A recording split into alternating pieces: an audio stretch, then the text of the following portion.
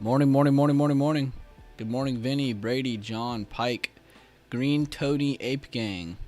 Nice name. Chris Fallman, AK Speak, Serious Prophet, Papa Writes. Good morning, good morning, good morning.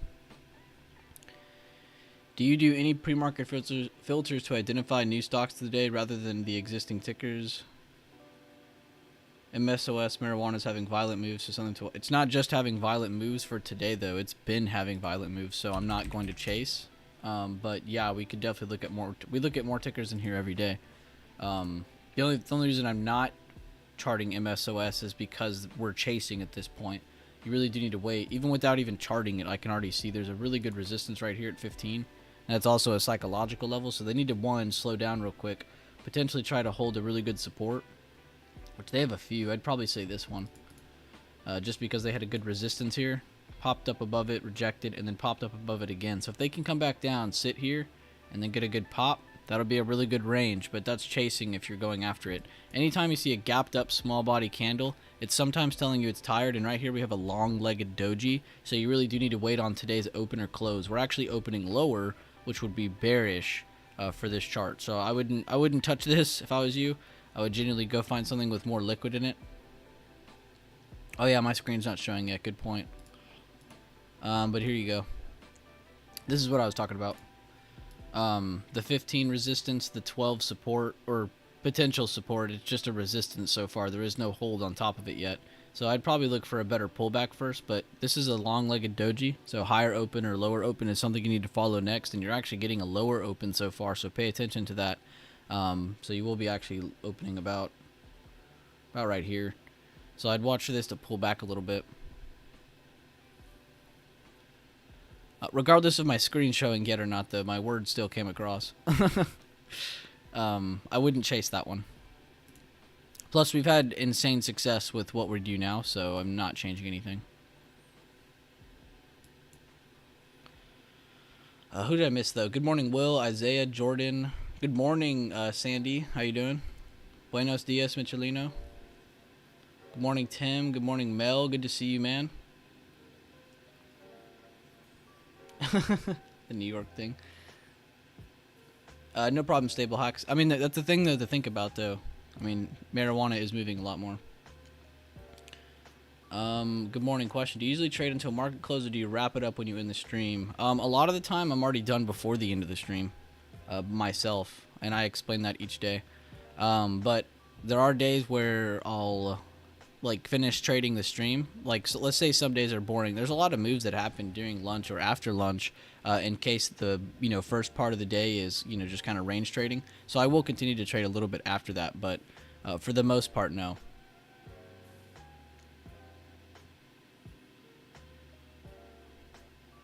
Good morning, David. Good morning, Keanu. Good morning, Jackie. Sorry. Good morning, Christian. What's up, For Profit? First time listening in. Glad to have you, Rolando. Sorry if I said that wrong. And yeah, GRWG is another one, Amy. What's up, Steven? Just got the course. Thank you, Chris. Appreciate that. Yeah, and I've had a lot of people ask me for the course. I've been doing deals on it for a long time now, so I'm not doing any more giveaway. Or I probably will do another giveaway on Twitter in the future, but I'm not doing any more discount codes. If you do want it, link is in the bio of the YouTube. Same for the Discord, same for the Twitter, same for the Instagram. All the links are in the bio. Good morning, though. What's up, Justin, Douglas? What's up, Straight Ballin'? Like the name, man. Morning, Mr. Deuce. Alright, let's get into things. So I've already kind of typed out one thing because I was sitting here a little early. But I was basically typing out watching outside of the range of 398 to 401.25 range for moves today. So I'm going to show y'all why I'm marking that. So on the bigger time frame, and this is all these levels here, and this is mainly for viewing the daily time frame. This is not for day trading, even though you can use it for that. But every single level that I have, whoops, I clicked the wrong one, month, are all from the monthly. Again, using the exact same system I showed you guys with levels. I'm just grabbing the tops of green candles. Again, these are called emerging candles. This is something we live by, die by. And then some of the levels are halfway points in between an emerging candle. So there's nothing crazy here. It's all just normal levels. And I've had these set for literally months. I haven't had to really change anything. There's maybe a couple levels I've added to make it a little bit more cleaner, like this halfway point or these couple levels here from this past resistance that we have here at 411.75, and then a couple supports here within range. But mainly everything is from the bigger time frame, though. So a couple things we have to look at is, one, the dollar, because that's kind of moving around rapidly. If this continues to hold this support and then bounces, this is actually going to bring SPY back down. If we end up rejecting this and this ends up being a bear flag or a bear setup, and we reject this old area of demand and this turns into supply, this will be very bullish for SPY. If this ends up rejecting and pushing back down, making new lows, going back down to 103.30s, this will be very bullish for SPY. So keep that in mind for one. Two, SPY is still against resistance, but at the same time, it hasn't really cracked support. So I do think there is some more downside. I just think it's limited, because we are still in a very nice uptrend. So if you do get any more downside, you have to remember it is limited. This isn't going to, every red candle you see isn't going to be the one that takes us down to 350, you know, so get that craziness out of your head. And then for bulls, there's a lot of different things that can happen. Considering we're still holding this slight uptrend here, as well as this more longer term uptrend, I'd say more mid-term uptrend, not really long term. It's only from October.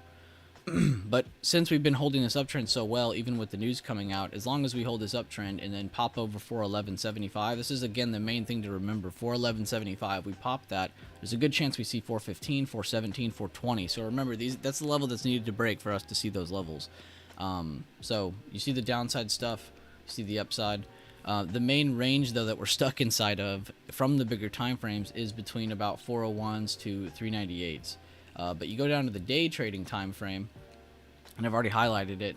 401.25 is a very nice resistance, and we have a very solid support of previous day low at 398.17. So we're going to be watching outside of 401.25 and 398s for the initial move of the day. Of course, you can catch bounces off the bottom, rejections off the top, but you really want to wait until you catch one of the moves outside of this range. So that's why I have it typed like that. And the only other thing I added was the yesterday's open. We need to add the yesterday's high. And then we should be done on that. Yeah, we're done on that. So SPY is pretty much done. Outside of 401.25s, we can look to 403.50s, possibly 405. If we break 398, we're going to have to see how we react to 397, 396s, because those are very close levels, but they're from a very good spot. If we end up cracking all these levels, we are definitely going down to the lower 390s, which, again, if you go back to that bigger time frame, you can see we can drop all the way. We can drop all the way to 390 and 388. And still be on this trend line. So that's my whole point, that there is more downside possibly, but it's limited. It's not like we're going through the floor. 411.75 comes from right here. You can see it right on the screen. Comes from the top of this past resistance, and also it's not just from here. If you were to go from this level to this level with a Fibonacci, this is also it's basically a halfway point of that range. So it's also just a very good level for that range.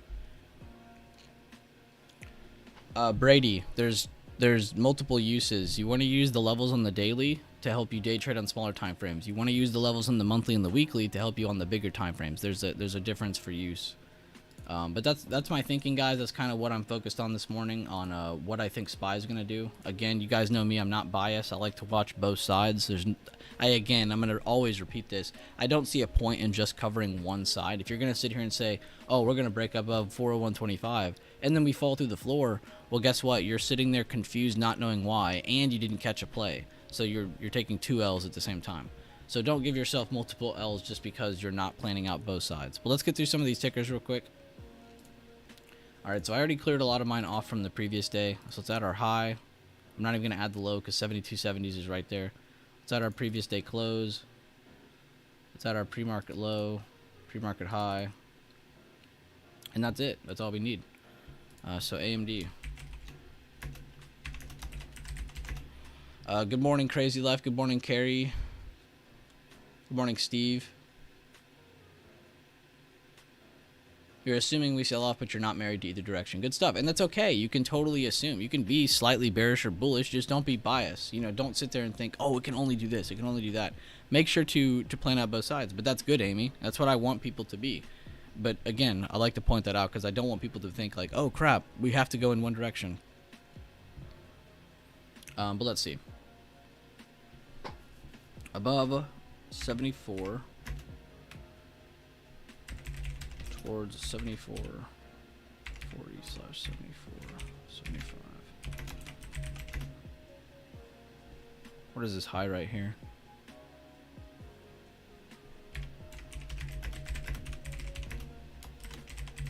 Below 73.50 towards 72.80s. 72.75 for more. All right. Tesla. This one's been a lot of fun lately. Even with its crazy movement, it's been really easy to find for levels. The other day, we were basically saying wait until it cracks 185. We got one decent push and ended up building back over it, but rejected a really good spot. Came back down and gave us a way better entry. They gave us open range breakout. They gave us the retest entry. They gave us a lower high retest entry, and then they just kept kind of staircasing down. And I saw a few people take complete advantage of this staircase movement to the downside on SPX the other day. So really good job if you guys have been paying attention to the content. It looks like a lot of you guys who are more self-sufficient or more hungry to learn are completely eating off of the content I provide, which is great, and that's what I'm aiming for. But I just wanted to pat you all on the back because I saw a few of you guys post really, really good trades. Basically catching, you know, open range breakouts or retest entries and then staircasing it down. And I'm just beyond proud of you guys for doing that. Again, self-sufficient is the best. I'm going to grab the meat of the low, which is about right here. If I can get it correctly. There we go. 181. Pre-market high is going to be about here at 183.70, 183.80. So I have to watch above that level. 183.80 is the Tesla level for sure. I'd say to the downside, 181 is a decent short-term level, but there's a lot of levels around Tesla right now. So let's type that out.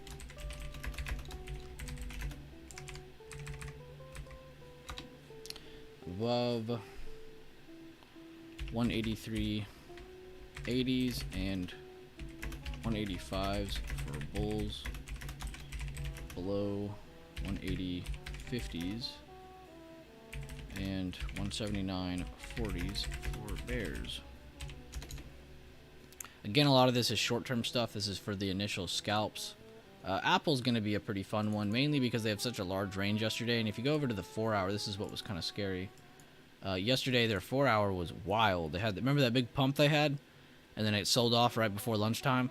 That's what that looks like on the 4-hour. A really big fat inverted hammer to the downside, a shooter candle you could even say. So very bearish, but again, that's just for that day. If we end up cracking today's lows, that's going to definitely bring a bearish move. So definitely keep eyes under 145.70s. If this move ever happens today, that might even be the next, you know, starter to the leg down on the overall market, back down to that major trend line you guys saw me looking at. So that'll be a big thing. But thank you guys for being in here and stream. I just realized how many of you are in here so early. Be sure to drop a like. I like to aim for 50 likes every day, which I'll completely destroy every single time. But let's aim for 50 likes. Make sure to drop a like on the stream so far. We have 39. Let's try to get 11 more. But I appreciate each and every one of you for being in here. Let's finish making this list though. I'll post it for everybody, and then we can look at other stuff. All right, so Apple. Watch over 147.65 or under 145.75. So I'll just leave that as a one-liner so I can fit more on the screen. Nvidia, this will be a pretty decent one too. You have your pre-market high here, your pre-market low right here. So outside of that range is a good initial move. Out of 165.16, you're definitely got to pay attention to that true low, but this will be a good secondary break below. A good secondary break above would be way up here at almost 168. So we have a couple levels to go off of. It's kind of like break here, break here. If it goes lower, break here. If it goes higher, break here. So there's a couple easy things to look at. So we can just switch to that one real quick during the day. Let's get our Amazon chart done. We have previous day open, previous day high, previous day low, pre-market high, pre-market low. We don't even need to add the close because that's just going to add a level that's in between, and that just doesn't do anything for us. So we'll leave it at that. And actually, Amazon's a super easy one to look at. Which, if I had to grab a level in between, let's see what it would give me. 89.50. All right, we'll just probably say 90. All right, let's get Amazon in here as well. I like this one a lot.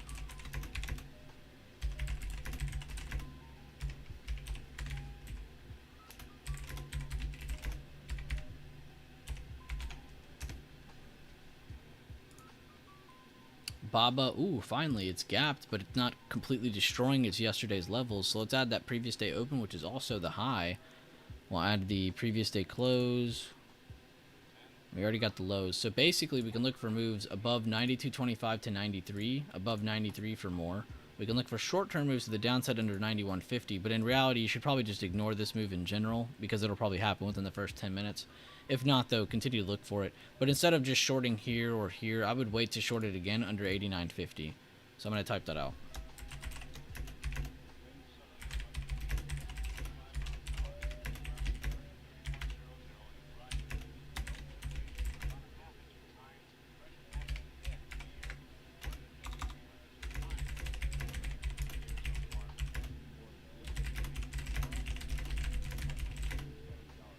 Watch under 89.50.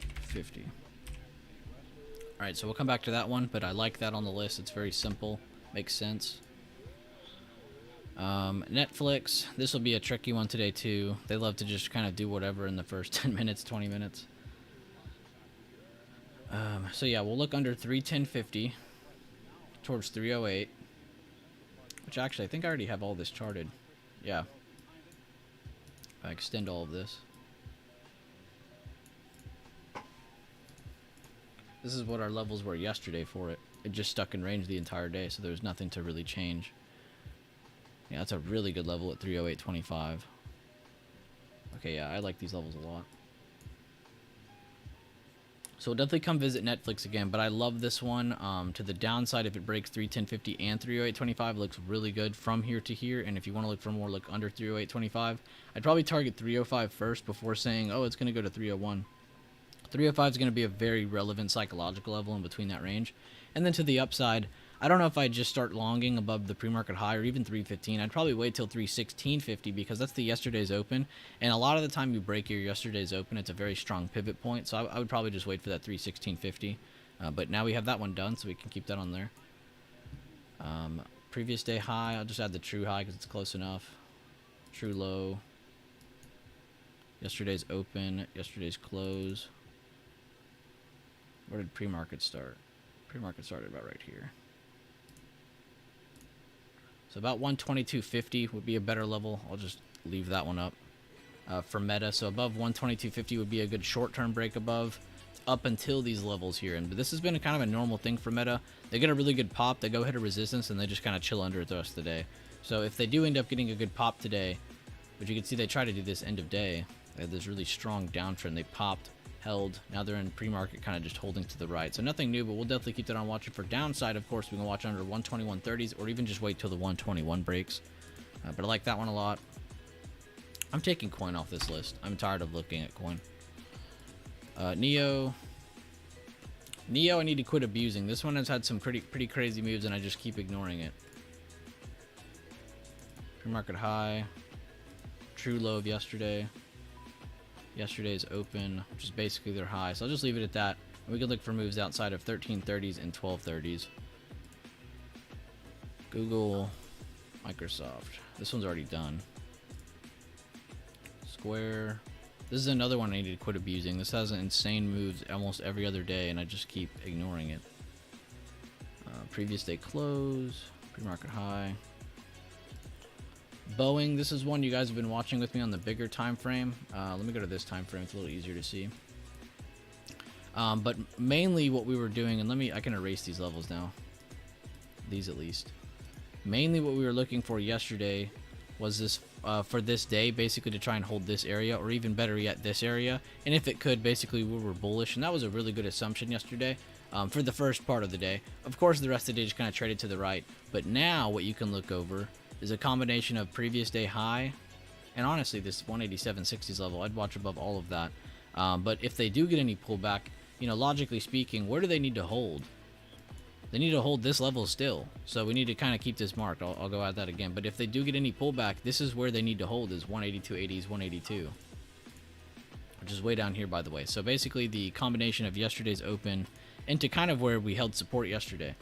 That's where we watched our bounce. So if we get any pullback, watch this area for bounce. This could be a good short under the pre-market low down to this area. But if you just want to wait for the bounce from here. If it doesn't, we're going to fade back down to 180 and possibly 179. If you don't get any of that, it just wants to pump, then keep watch above the yesterday's highs, because this is still bullish on the bigger time frame. So just keep that in mind. But thank you guys for dropping likes on the stream. Thank you guys. I appreciate that a bunch. And then Berkby, I mainly have this on my list because this is one of the heaviest banks to keep on watch. And Devin loves to call them out for XLF, which, if you guys were here yesterday, you saw that XLF was actually one of the weakest yesterday. Let me switch this over. Here it is. XLF had a very ugly day, which I probably need to clean some of these charts up because they all go over to the previous day before that. We're basically watching under those lows. They cracked, and they never even got a retest. You know, they just wanted to keep going. XLK, they tried holding their range for a while. They broke it, retested it twice, and then broke lower at the end of the day. Healthcare was basically just in range of previous day the entire time. Discretionary, another very weak one. You guys remember that one. Comms, pretty decently weak. They didn't quite break their previous day lows. As you can see it right here at about 50.90s. But they did work down all the way to it after breaking their current day's open. So, very nasty fall for a lot of these sectors yesterday. So, it was a market-wide reaction.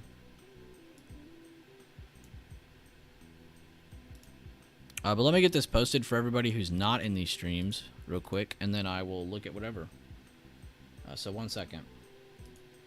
Let me get this posted up. And how's the music? Is it too loud, too quiet? Let me know. I don't have my headset on right now.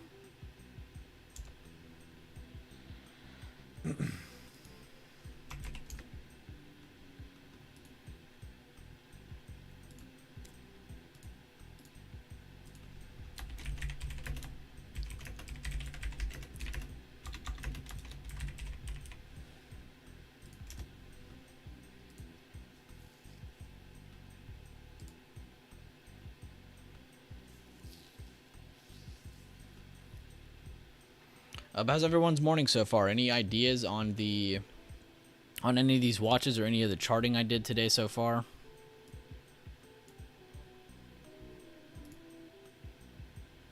Let's do this.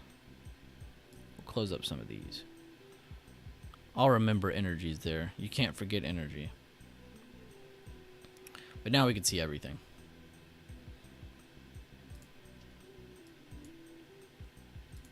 So if you want a more laid-back view, I would just stick to watching the levels I have on my daily time frame that go from the monthly. And if you want to, you can add those smaller time frame levels. If you just want kind of more of a lazy, laid-back view, therefore you have less things to look at. But if you want that more hyperactive, I need to see every bit of piece of information, I would focus on the daily time frame levels, because there's a lot more to look at.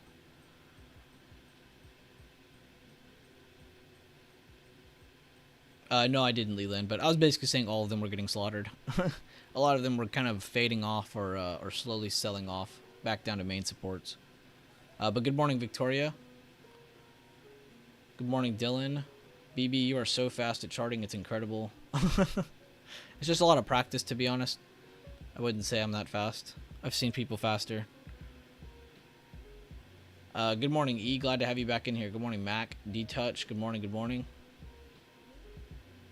And yeah, good eye, Jeremy, because yeah, if we get that continuation, you will definitely have some nasty sell-offs. Plus, those charts are now bearish on the bigger time frames. You go to XLF on the daily. That's a bearish kicker. That's a very strong bearish candle stepping in. Also, you know, I'm not really a big fan of trend lines, but there is a slight trend line kind of right here that kind of rides up. And you can see we didn't just reject it. We completely sold off under it. So I'd say main thing to watch out for on banks is this recent low here. If they can break 3470s, that's not going to be a good sign on the bigger time frames. But continue to watch for reset bounces off of this level until broken. But that'll definitely be the big tall tail level. You can see it's literally right there. Good morning, SK. Good morning, Anna J.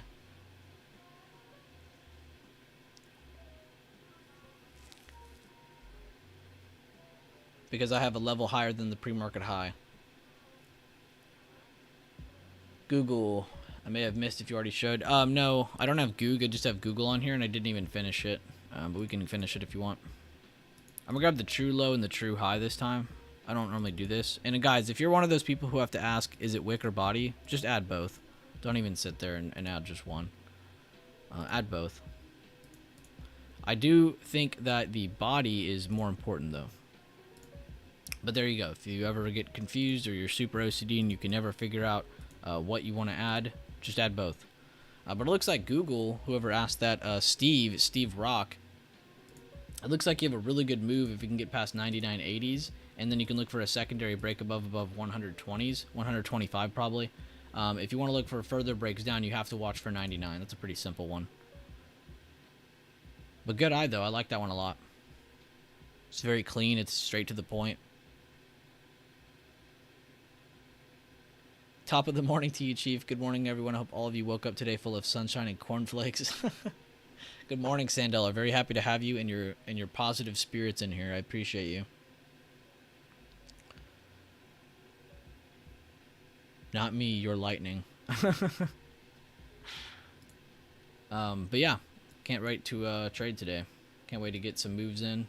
Again, though, whatever news comes out this week, yeah, it might be short-term important, but none of this week is important compared to next week. So just remember that, guys. Nothing important has to happen this week. You know, we could get crazy moves left and right, up and down, but it really doesn't matter until next week. So just kind of keep that in the back of your mind. At the same time, like I just said at the beginning of the stream when we were covering SPY, you know, there is probably more downside, but it's very limited until proven otherwise. So be very careful on a lot of that. This is why I cover the bigger time frames on SPY and the dollar first every morning and at the end of every stream, just to kind of give you guys that kind of prep for it. And then we go through the list and we cover a couple things. But as you can see, though, SPY is always the first place I go and look, I go and check, I go and review. I don't want to sit here and mess around with it.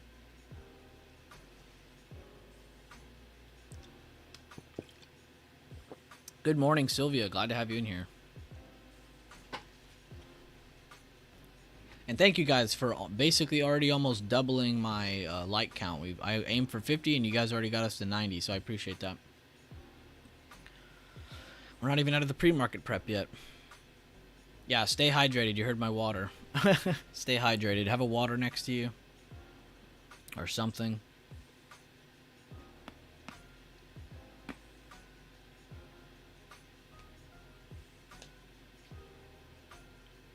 Good morning, Kid 83. Glad to have you.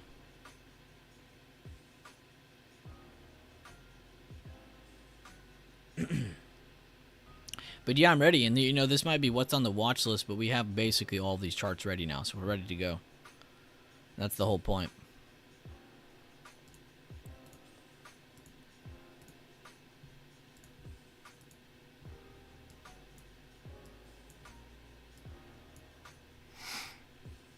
So the big question is, can we break 398.50s today? If so, is that going to bring us down to 396s and even down to the lower 390s? That's, you know, under the 395, it's at 393.60, 392.60. So we got a couple important levels of support here to look out for in case 398.50s breaks. If we end up holding this support today, there's a good chance we go at least test 401.60s, and if we can pop over that, that'll probably be really good buyer movement back towards the top of this range over the next couple days. But like I said, I wouldn't be surprised if we fell, bounced all before next Wednesday. That really would not surprise me, is us still being in range.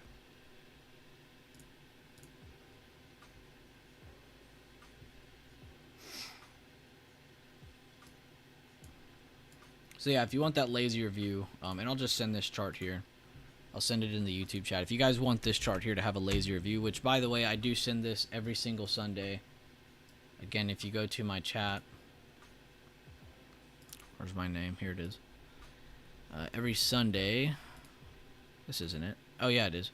Every Sunday though, I post all the links to everything, including this chart, which is this one right here. But I send all the links to the charts, bigger and smaller time frame, mainly for the smaller when I get down to the tickers. But for dollar and SPY, I like to send the bigger and the smaller just to kind of give people the multi-view. But I give you a breakdown of what my thoughts are before the week even starts, what we're looking at, all that good stuff. Talk about the dollar a lot. But yeah, definitely check that out when you can.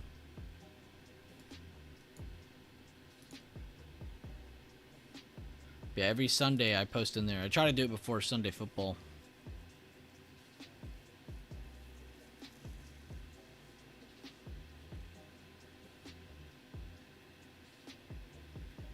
Good morning, Goran. Good morning, SF. Glad to have you both in here.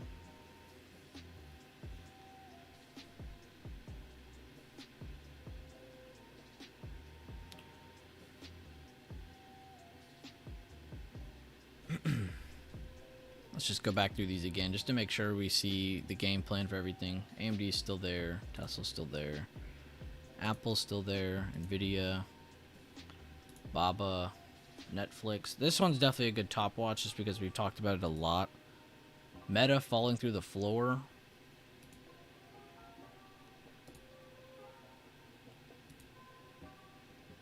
Microsoft's picking up a little bit. That's a good sign. If we see that and Apple pick up today, it's gonna lead me to go look at XLK again. Which, let me fix this chart then. We can delete this. We can delete this. What we need to watch is yesterday's open. This will be a strong resistance. This will be a strong support. Yesterday's close. So we can probably look for bounces in the low or high 132s, low 133s. If we do get the dip, we have yesterday's lows in 131.90s to worry about, which is actually the level I was watching yesterday for a further break. If this would have broke yesterday, we'd be having a very bloody morning today. But we didn't end up holding above it, so that's a good sign. So if we watch for bounces here or here, unless they break this, is for one scenario. And then two, we need to watch over not the pre-market high. There's a pretty good resistance here at the yesterday open. But if we see this pushing higher, that'll be a good sign that Apple and Microsoft are both trying to increase, which is a good sign. But you can see Apple's trying right there, and we saw Microsoft pushing up a little bit as well. So that's a good sign by the tech sector. Square's still in range, good. Boeing is still in range, good. But yeah, guys, make sure y'all are going to these charts, adding these levels, or you're going through and adding them yourself. Therefore, we could be on the same page. And that's, again, why I like to share those links every Sunday, just so all of us are on the same page to begin with. But that's also why I teach the methods. I don't just sit here and go, all right, guys, we're getting into calls or we're getting into puts. We sit here and we tell you why we're adding a level or why we're doing this or why we're doing that. We try to give you the reasoning to everything. Therefore, you're not just sitting here kind of doing some guesswork. I don't want anybody here sitting here doing guesswork or randomly gambling or trading. Good morning, Alif. Glad to have you.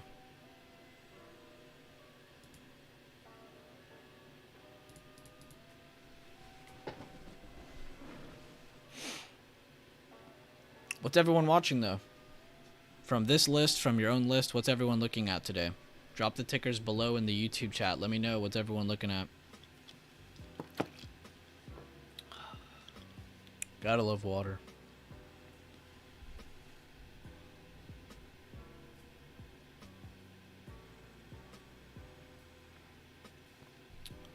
Love your explanations for the reasons why. You're helping me out a lot. No problem, man. I'm very glad to hear that you're listening and tuning in and enjoying it. I appreciate that. Good morning, Bueller, and good morning, everyone. Good morning, Yoel. Good morning, Gio. You're watching IWM, JPM. Great watch. JPM always moves a pretty good amount, especially with XLF looking like it wants to crack lower. And if not today, definitely in the near term, we could look for some good, break further down. SPY looking at SMH. Good job, ISI looking at SMH. That's a good ETF for. I'm having a brain fart. Semiconductors. SMH, SOXX, SOXS, all great to look at. Crowd. Morning, Bueller and viewers. Morning, Chris. TXT, SPY, Apple, SPY, Crowd, Shop. Sticking to liquidity of SPY for now. You're looking at SPX. Tesla, Netflix, SPY. I can't tell if Nav is saying good morning or if he's saying General Motors. Either way, good morning. You're watching Amazon. Goldman Sachs, no Tesla. Semis. Isaiah said Tesla. Taking a little dip right now for pre-market. I want to see if it can test the low of year and run back up and test yesterday's close. Just looking for a quick scalp. Good stuff, man. I like your plan, though, Isaiah. Great work looking at the bigger time frame and not like, just randomly checking it to check it, but to let it use your oh, you're saying low of yesterday. Okay. My bad. I'm used to seeing people type PDL, not LOY, because that normally means low of year. But either way, good job, though, using the bigger and the smaller time frames to help you out, figure out your plan. I like the reasoning behind each side of your little plan there. Good stuff, Isaiah. And thank you for typing that out, because it's not just like, oh, I'm watching this. Now you're actually giving me the meat of everything you're looking at. So good stuff.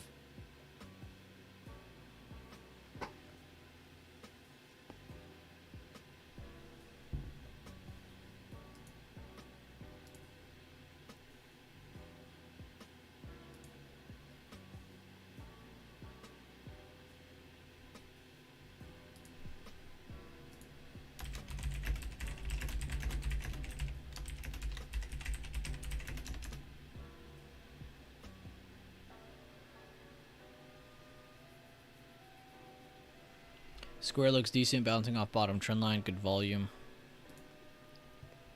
I just like the range it has because it had such a crazy day yesterday, and then they just have this tiny, tiny range.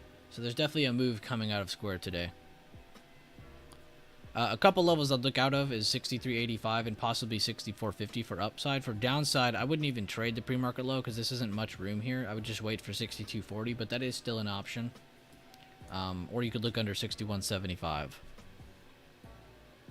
But yeah, for profit, I'll try to click over to that as much as I can. We have this is why I keep it just this list of tickers, because this is probably already overwhelming for most people here.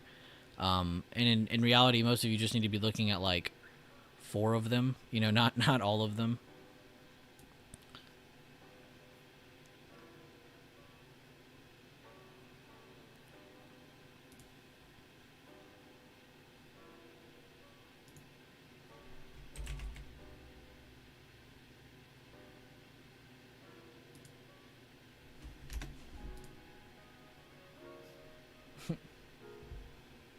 Good morning, Mohammed. Unless you were also saying General Motors. Alright, well, good replies, everybody. I'm glad to see you guys are typing out stuff, you know, looking at certain tickers. I hope you have them prepared properly. But how many of you have been taking time out of your day, since we're still just waiting for market to open here? I'll call Devin here in a couple minutes. But how many of you have been taking time out of your day or schedule during the week to practice these levels? Who's actually taking the time to go through and look through the levels, going through the emerging candles from the far left, adding your halfway points, getting down to the smaller time frames, and reviewing the price action, not just of today or the previous day, but of multiple days back, just to kind of give yourself that good view of, you know, what happened between the bigger time frame and the smaller time frame levels, so you can start actually pointing out to yourself, okay, here's entries, here's exits, here's targets, here's stop. It'll start coming to you because you're visualizing it a lot more. But who's taking time out of their day to do it? I just wanted to see. Good morning, John. Glad to have you in here. Aloha. I'm enjoying your vids. Awesome. Are you from Hawaii? Good morning, SF. Isaiah, you're a legend. Every day, multiple times a day, and that's what it takes. Every day, and the wife is getting grumbled about it. Well, be careful, man. Happy wife, happy life. I'm not even married yet. I know that one. I like to zoom out all the time. Good stuff. For sure. Lived there for a bit. Okay, nice. Well, aloha back to you. You and Chris coughing on that. What's up, Henry? Studying while the girlfriend watches her trashy TV. That's funny. Every day. I do them on the weekends because I am a stay-at-home mom and so difficult to squeeze while taking care of my 3-year-old active boy. I bet that's very crazy to deal with. But I'm very happy to hear it, though, Jackie. Anytime you ever need anything or you ever need to talk about anything, hit me up. But again, I'm just asking this to see how everyone is doing it, if anyone even is doing it. But I'm happy to hear a lot of you guys are taking this into your own hands. This is what it takes. I have levels I made since like 5 months ago, and they hit spot on. Not 100%, but they hit them clearly. So I don't change or add any new levels because I believe my levels are accurate for me to trade. Good stuff. That's good.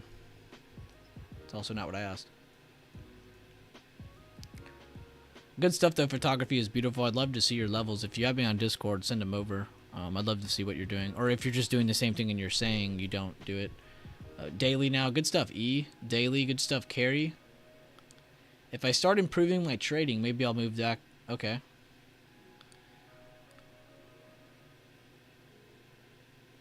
Was working with FT and always wanted to trade but didn't have the time. Cut back to my PT.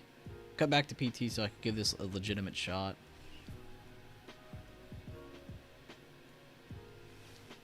No problem, Niru. Sorry if I'm saying that wrong. Good morning, Bueller. Away with work, but managing to tune it in for a bit. Well, very glad to have you, Clive. You know I always appreciate you. Ah, yes, kids. You can check the link in bio. You try to do it every day. Well, that's good, Victoria, because it generally does take a lot of practice to not just get good at drawing the levels, you know, redoing them over and over and over. It's not to randomly progress. It's to help you grow with the method of it, you know, of grabbing it, being quicker at it. Everyone's always like, you're so quick at charting. No, it's just because I've done the same thing a million times. You know, I'm not quick. I'm used to doing what I'm doing.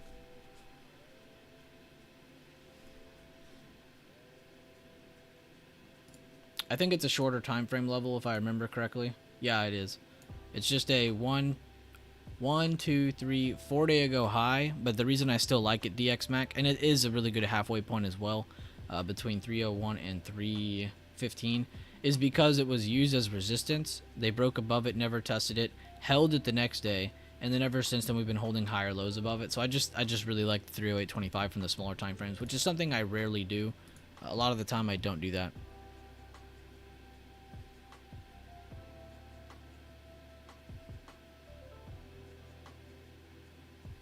And yeah, Jackie, hit me up anytime. Of course, I won't always answer instantly, but I will try my best to answer you very quickly. But yeah, anytime. Arjun, if you have to ask, you're not even looking at the screen. Market will always be here. When COVID hit, my daughter wasn't able to go to daycare. That was fun. While trading, oh, I bet. No problem, Mac. Thank you for asking.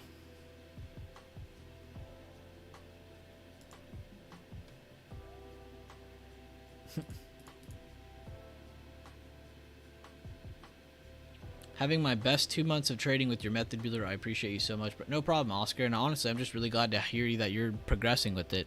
Because I know for a fact that if you're growing with my system, that you're not doing it with 100% my help. Because to succeed with my system, which our system, I should say, Oscar, I know that you have to take a lot of work on your part. It isn't just going to be like me, spoon feeding you. I know for a fact that if you grow with anything I've ever covered, you're having to work hard as well. So I'm very happy for you, Oscar, and keep it up, man. Don't give up. Keep working hard. Clearly it's working. You just got to keep progressing forward.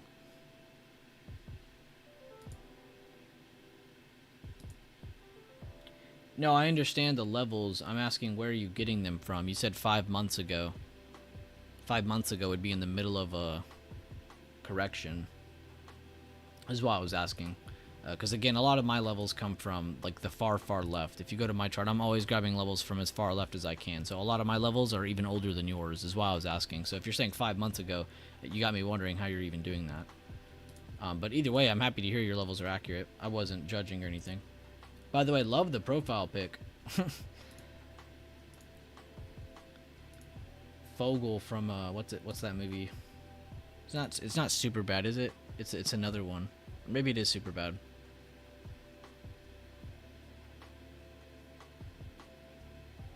Yeah, McLovin. But his real name was like Fogel or something in the movie. That's a really good profile pic though.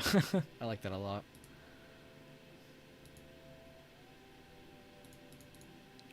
We just made that joke too. We were saying that someone in here is from Hawaii. That's like what his fake ID is from. From Hawaii? Alright, let me get my headset on. We'll invite Devin in here. Yeah, Fogel. I am McLovin.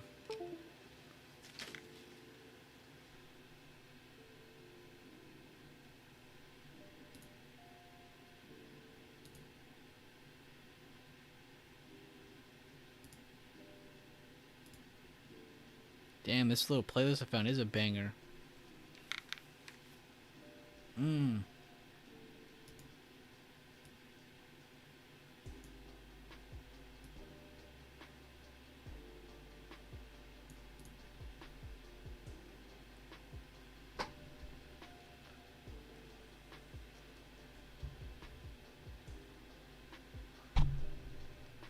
His real name was like Fogel or something in the movie. Yo. Yo. I can hear me. My bad, I got it. I hate hearing my voice. Don't ever do that again. You don't like listen to yourself? I just feel like that's how most people are.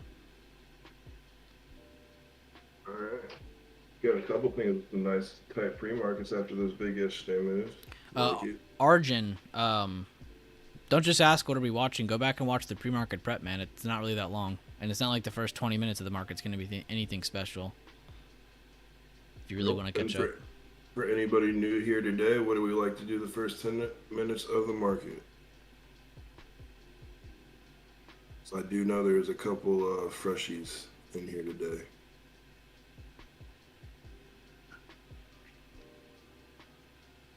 What's up, Big Boom? Glad to have you in here again. Always happy to have your vibes in here. drink coffee and wait.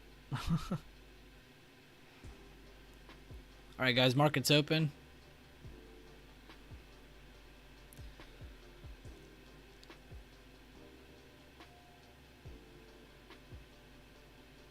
I like that square mention that you had in pre-market. Oh, nice to hear, Terry Bud. I just saw what you said.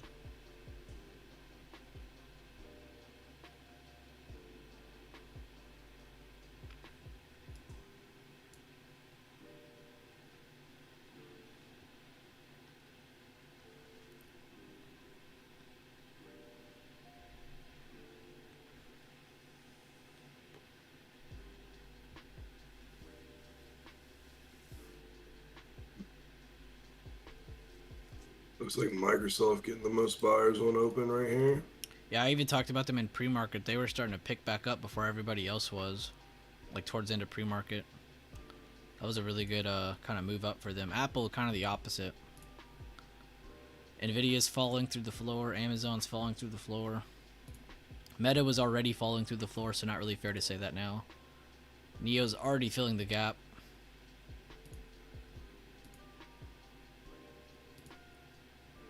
Also keeping eyes on Boeing, guys. We can possibly watch for another bounce play off this blue area again, just like we did yesterday.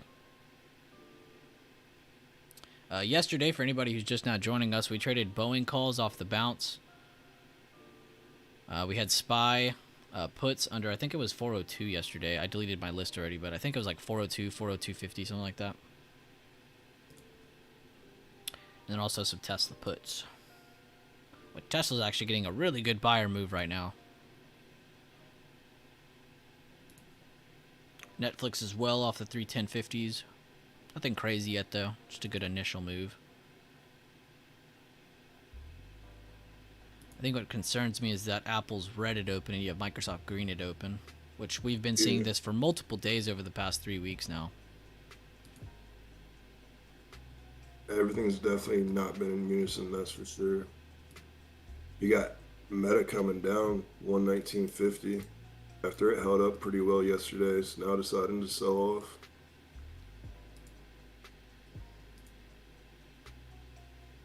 Today's going to be another one of those 30-minute candle days.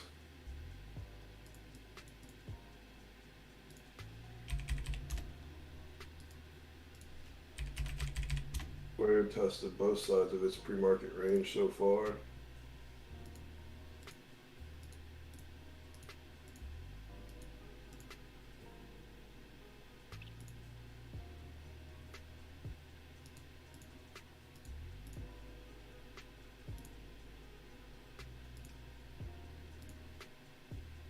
Also, a fun little poll while we're waiting for the first 10 minutes of the market to get out of our hair. What streaming services do you guys... what are y'all subscribed to, but what's your favorite one? Not just what are you subscribed to, but what's your favorite subscription to, like Netflix, Disney Plus, Hulu, whatever your favorite thing is. Paramount. What's y'all's favorite, and which ones are y'all subscribed to? I just thought I'd ask, because I was looking at this cool sheet the other day that had all of these subscribers. And Disney does outpace Netflix if they combine all of their services, but Disney Plus alone, they're only like a little over halfway, I think.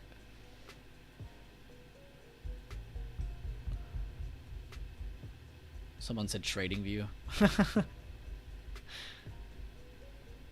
What's up, October? Meta just peaked under 119. Watch 118.80s now. It's a really good level. And then you have 117.60s under that. You got Apple coming down towards pre-market low, yesterday low. Tesla's wicking all the way back down. Apple's still just kind of where it was. Netflix wicking down as well. Watch for a break of 310.50 on Netflix. It's a very ugly level for them. Baba possibly going to fill the gap. Netflix coming down pre-market low. Let's see. I see a lot of HBO Maxes. Good stuff for saying HBO, because I do believe out of production quality, HBO is probably the best, even though I love Netflix. Netflix, Hulu Live. Okay, good answer. Yeah, that got me too, and he said Trading View. Hulu's got good TV shows. Paramount is kind of stacking their collection of things under their service, so that's a good thing for them in the future. They're gonna have to do that for a while. YouTube TV is your favorite subscription. I like that YouTube TV's like, I think it's the second or probably the cheapest package to actually get all of like a lot of sports as well. So YouTube TV's doing really good with that. Netflix, HBO Max. All right, I was just seeing what y'all's opinions were. Again, it's all, you know, personal preference. Who cares which one's the best one? But yeah, just nice to kind of see. I'm kind of like a five-way tie, so I'm not really fun to ask for this kind of question. I like all of them. I like HBO and Netflix a lot. I'd say those are probably my favorite two. HBO or Netflix for sure. Meta testing that next level. 118.80. Netflix having trouble before a break lower. Tesla's breaking previous day lows. Watch under 179.40s, guys. That'll be a good indication sellers do want to take us lower. AMD's breaking 72.70s. But we need to keep eye on SPY. SPY is not doing anything. Let's see why. Alright, so we have energy up. We have utilities up. Base is up. Real estate just sideways. Staples are up. Industrials are slight. They're not really up. Financials are probably bouncing today a little. But comms, discretionary, tech, these are three weak sectors. So 3 of our main 5 sectors are red, while the rest of the market is green. So that's why we have a little bit of discrepancy on why SPY looks okay, but yet we have all of these popular sectors breaking lower. Again, guys, I've told y'all before, you don't have to just have XOK or XOY or XLC, you know, run everything. There are days like today, like right now, where you'll have everyone else fight against them and hold them up. So if all of these can continue to hold, while tech, discretionary, and comms try to find some support and then bounce, and these maintain being green, this will be a very solid green day from open. XOM got, go ahead. Oh, you're good. Go ahead. XOM got over his pre-market high. Looked for it to get over the yesterday close. Photography is beautiful. HBO has tons of shows. They actually have some of the top ranked shows.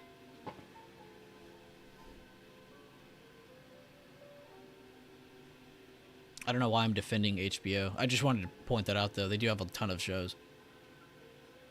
Use Netflix the least. Fubo. I didn't think anybody would say Fubo. I haven't looked at Fubo in forever. Wicked down pretty hard.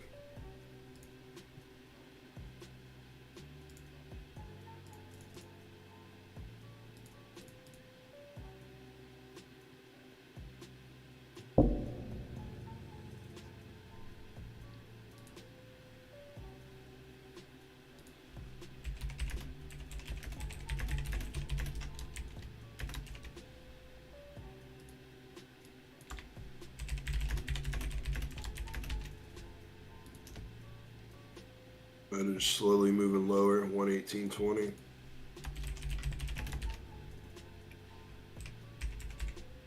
Looks like it might want to go towards 116.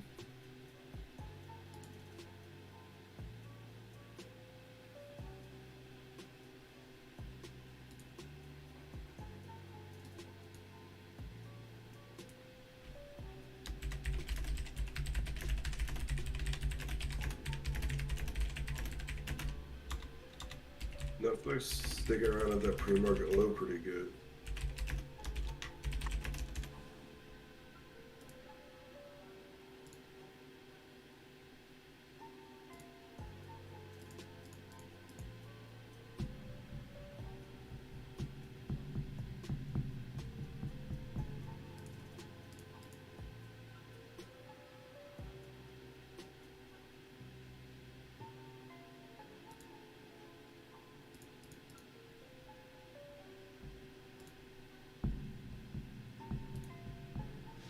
AMD still cracking under 72.70s.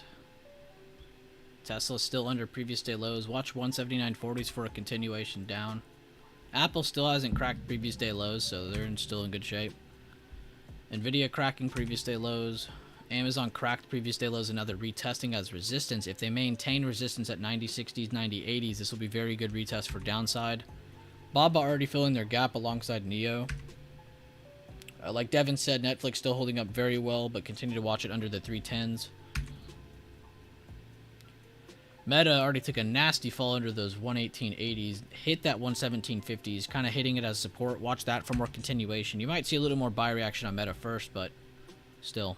It looks like they are, like Devin said, they are catching up to what's already happened. If you guys look at SPY and Meta on the daily, I won't pull it up here because it'll mess up my chart, but if you pull up both of them on the daily, Meta is actually holding up very well across the past 4 days in comparison to the overall market. So, if they're going down today, it's most likely to catch up to what's already happened in the overall market. Boeing is now at that bounce spot, so watch it 182, 182.80s. Watch for this area to try and hold. If so, we can look for bounces back up to the 184, 185s. If you see a break of 182, though, that'll be a great fade down to 180 flat. There we go, using your vocab, Devin. And Netflix. SPY is finally breaking today's open and holding under a little bit. I do see some of the green sectors weakening again, and we had a lot more green on my screen right here a few moments ago. Now we have a lot more red. So we are seeing some sectors slowly go green to red in the top 6 sectors, and we're still seeing some of these slightly hold up, but nothing crazy. Nothing's really up or down amazingly. And the reason we're seeing a little bit more red on SPY than green now is because comms, discretionary, and tech are down over 1/3%. A couple of them are down over 0.5%. And it's actually weighing us down a little bit now because some of those green sectors that we're holding are now giving up some of their strength. This is moving lower. Which is good for Amazon because Amazon's an 80% entry right now. So keep your eyes on that with Tesla. Google's at yesterday low. Microsoft rejected. Netflix cracked that 310. See how if it confirms. Get a little bit of increase in volume, short-term time frame.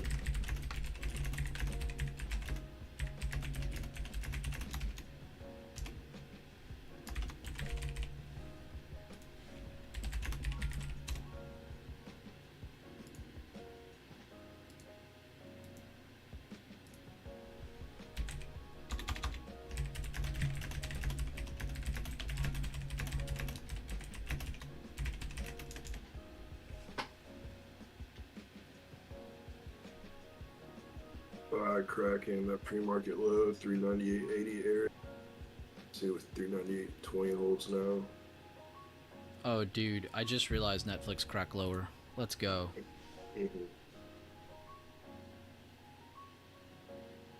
Yes.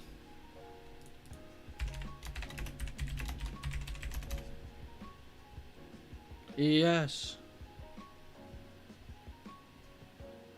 Lead.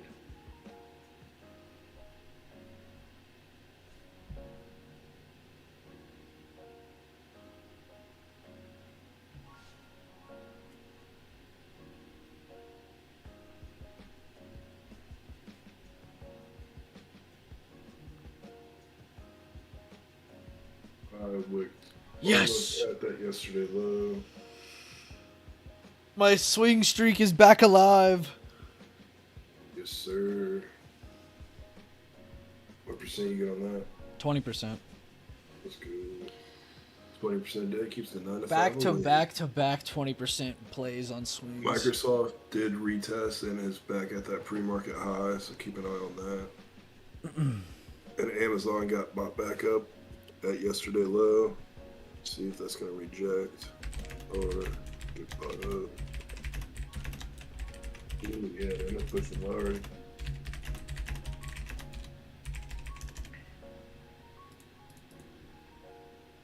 Oh yeah, dude. Let's go.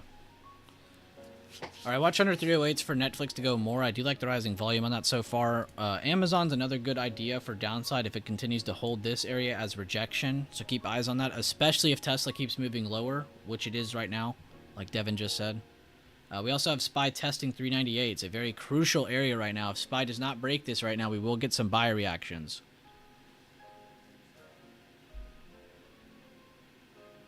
What's up, Mel? Glad to have you in here, boss. Went hard on the SPY short.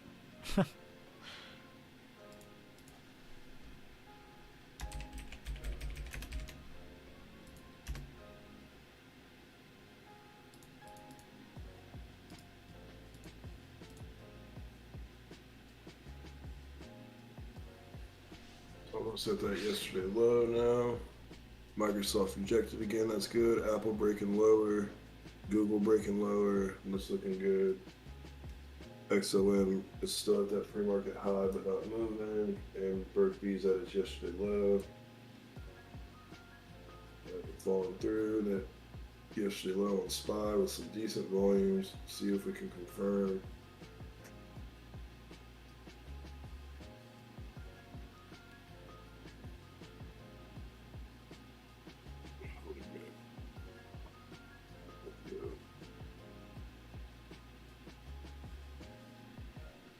SPY breaking lower under 398.50s, breaking the previous day low. A very good indication that we want to move a little bit lower.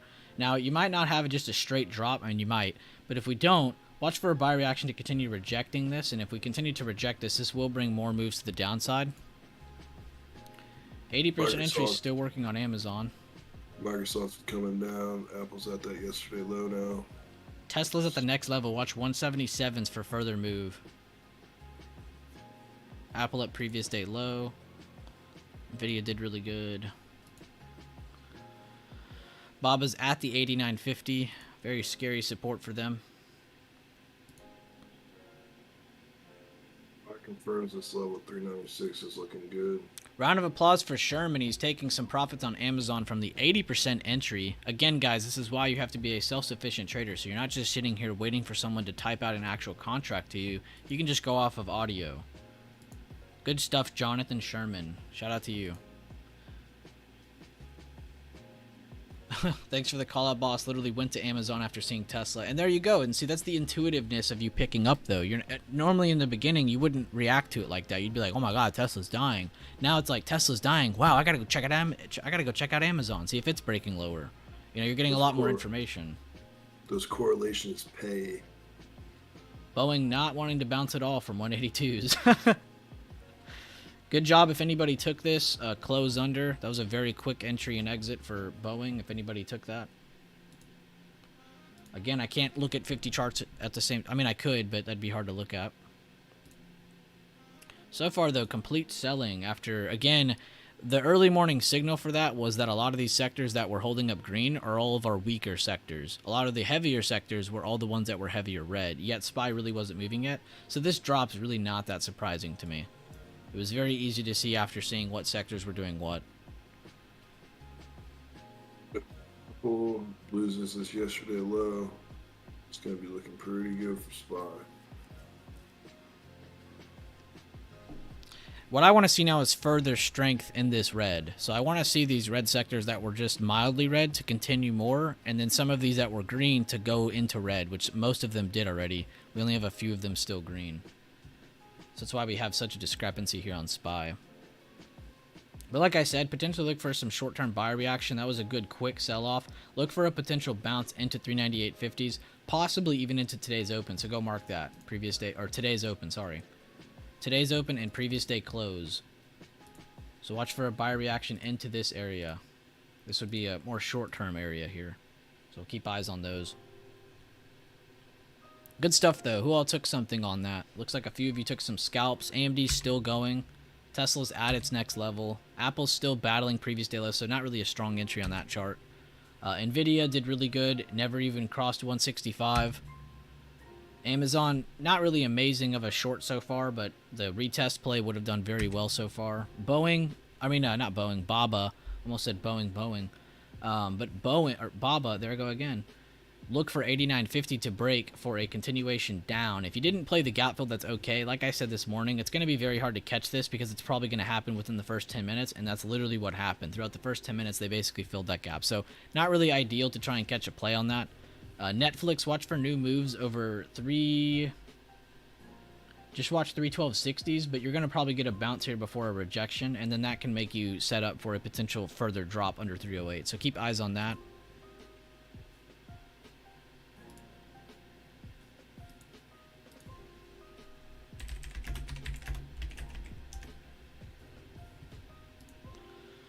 Neo also filled that gap.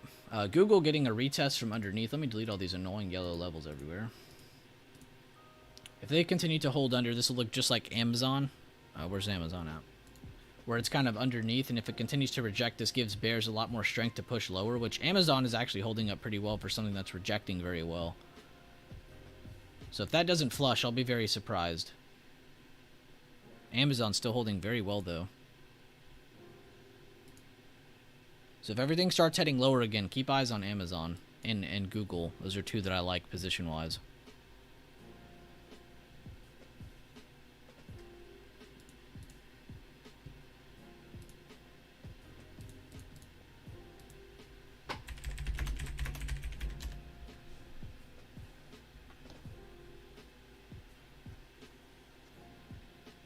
Meta almost at intraday low again.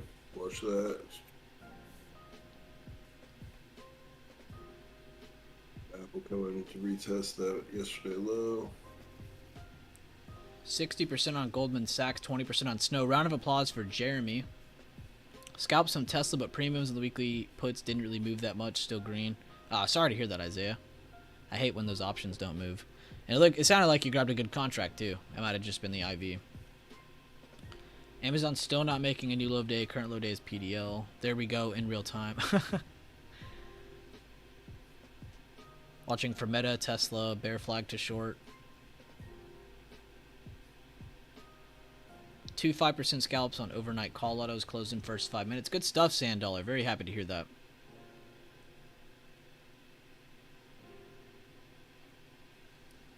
Tesla's about to 3-bar play. Yeah, it is. Good call out by Leland. 3-bar play to the downside. Like I said, keep eyes on Amazon if this does continue. And there it goes, flushing finally. Like I said, if that didn't flush, I would have been very surprised. Because that's holding up very well for something that's rejecting very well. Good work on anybody on the Amazon 80% entries. Again, this is one I did call out. Great work on that one. It just moved a little too slow. But good stuff on that. Good new lows. If Tesla continues, so will Amazon. Apple's breaking previous day low. We're almost hitting a no-no. Microsoft's still well above their previous day low, so we have one last hope of a weight holding us up. But Apple's not holding right now, so continue to watch them if they close under 145.70s for more downside. But that will be very good for a lot of tech charts to break lower. Good job on that 3-bar play call-out, Leland. That was beautiful. And that hasn't really moved a whole lot since then, but if you bought from that retest, that would have been a very good move. Meta still just super weak.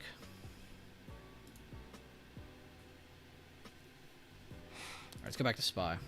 Yeah, it's retesting that yesterday low again. Like I said, guys, we have to battle 398.50. If we break this, we will go down to 396.30s. If we break that, we will go down to 393.60s. If we continue to hold this, we can look for bounce plays back into resistance at about 402. My bad, Devin. There you go. I just like to make sure everybody's on the same page. Save me from talking. I mean, a lot of the time, you and me are covering the same thing. Apple getting pushed back up to retest that yesterday low, see if it's going to take it back or reject. XOM's holding above its pre-market high. Round of applause for Chris Kaufman. Good stuff on your scalps, man. Good job, everyone. UT Bueller with that Netflix swing. No problem, Isaiah. Good catch. A no. Scalp for 20% on Apple puts, waiting for close under previous day low. Good call-outs, guys. I love the explanations by all of you. Again, I don't want to just see people going calls, puts. I'm really glad to see you guys calling out not just what percentage you are, not what side of the position you're on, but also what is it doing on the chart. Thank you guys for explaining that. And yeah, Amazon's still holding very well, Leland. Good call-out. I'm going to assume it's because Tesla's not breaking lower. Coming through that yesterday low. Apple rejected. Microsoft coming down to the previous intraday low. See if it gets to that again. Google moving lower. Caught some on Amazon 80% entry scalp. Let's go, DX Mac. A round of applause for Mac as well. If you guys caught Amazon on your own, I'm very happy for you today. That was a very clean entry, and it actually took its time. It didn't just completely go without you, so it actually gave a lot of people a chance to get in. And it's crazy, too, because just that one quick move was already enough to finish your day out. There was no need to continue sitting there. Microsoft moving lower towards that yesterday low. It looks like it wants to catch up to Apple, maybe. Meta coming back down. See if we can pick up some volume.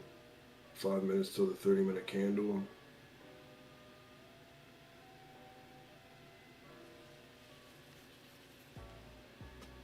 Let's go, guys. I'm just so happy to have some movement early in the morning.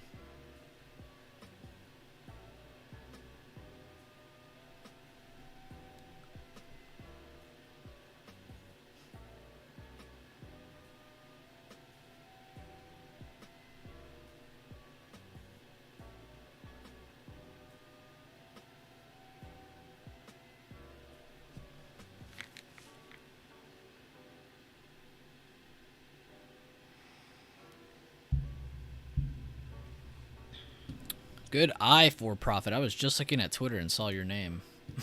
Good eye, though. Very good bounce so far. Also, check out that volume. It's most over the last two, yet this candle's smaller than these two. You could almost say we have volume anomaly sitting on this. Again, to get more information on what I'm talking about, if you're you don't even need a crazy membership. You can just be a basic member and see this channel I'm about to go to. Volume and fibs. Go to the top. This is probably one of the best channels in chat. Where is it at? Anomaly. Volume is not in direct proportion of candlesticks size, invalidating price action and signaling a potential change. This is where this pops up a lot of the time for hammers. Hammers are my favorite ones to find this on. So make sure you go through that channel and read through it if you have access. But that is a beautiful, beautiful channel with loads of information.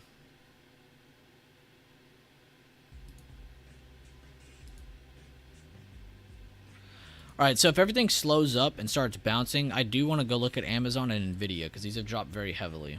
So we'll keep that on kind of the back burner in case things slow down. But right now, we're in full bear mode. Apple's breaking lower. We need to watch if Microsoft wants to break lower as well. It is right now, but it hasn't cracked yesterday's lows. So this is kind of the last line of defense for any top weights in the market. One, because we've already had Tesla break lower. We've had Amazon break lower, which they're still breaking lower. We've had Netflix break, which they look like they're about to do a reset move to the downside, so watch for more puts under 308. It already looks kind of good with risk at 309.50.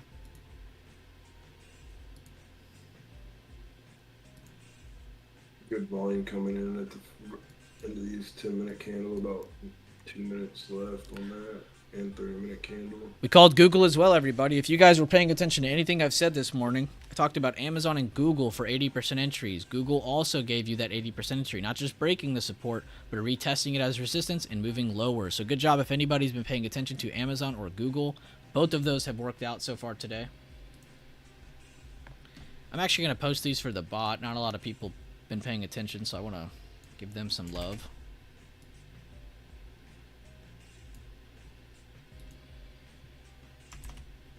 Let me go to Google. I'll get a screenshot of that one.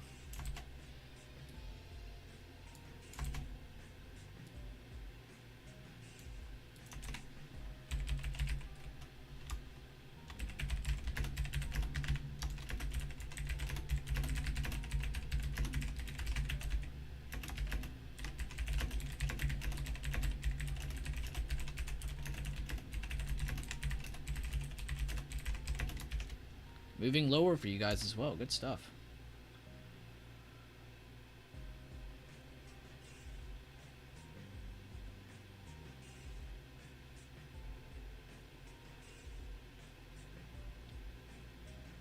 Microsoft getting closer to that 248 yesterday low and day. Spot moving a little bit lower. It'll most likely go to 396.30s. Man, I'm hoping so.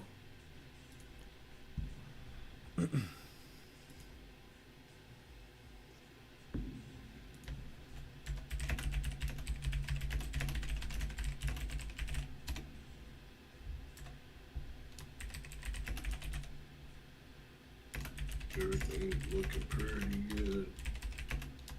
30 seconds on our 10 and 30-minute candle.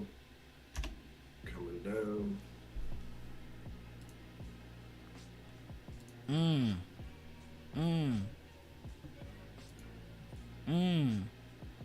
Alright guys, if you are in Amazon shorts, be sure to start taking full profits here at 89.50. If you want to leave runners, that's awesome, but take most of your profits right here. There's no need to continue holding the entirety of your position.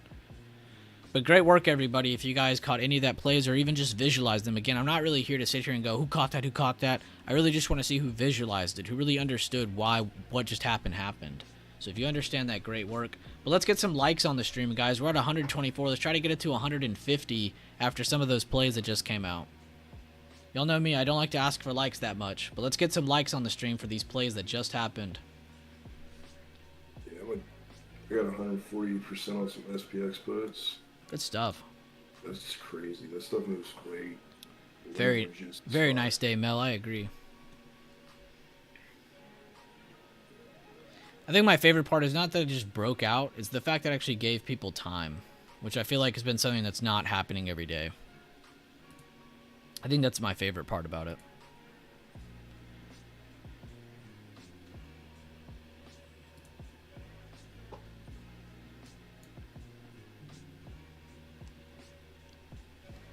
Out of Tilray. Good stuff, Mel. I remember you talking about that the other day as well.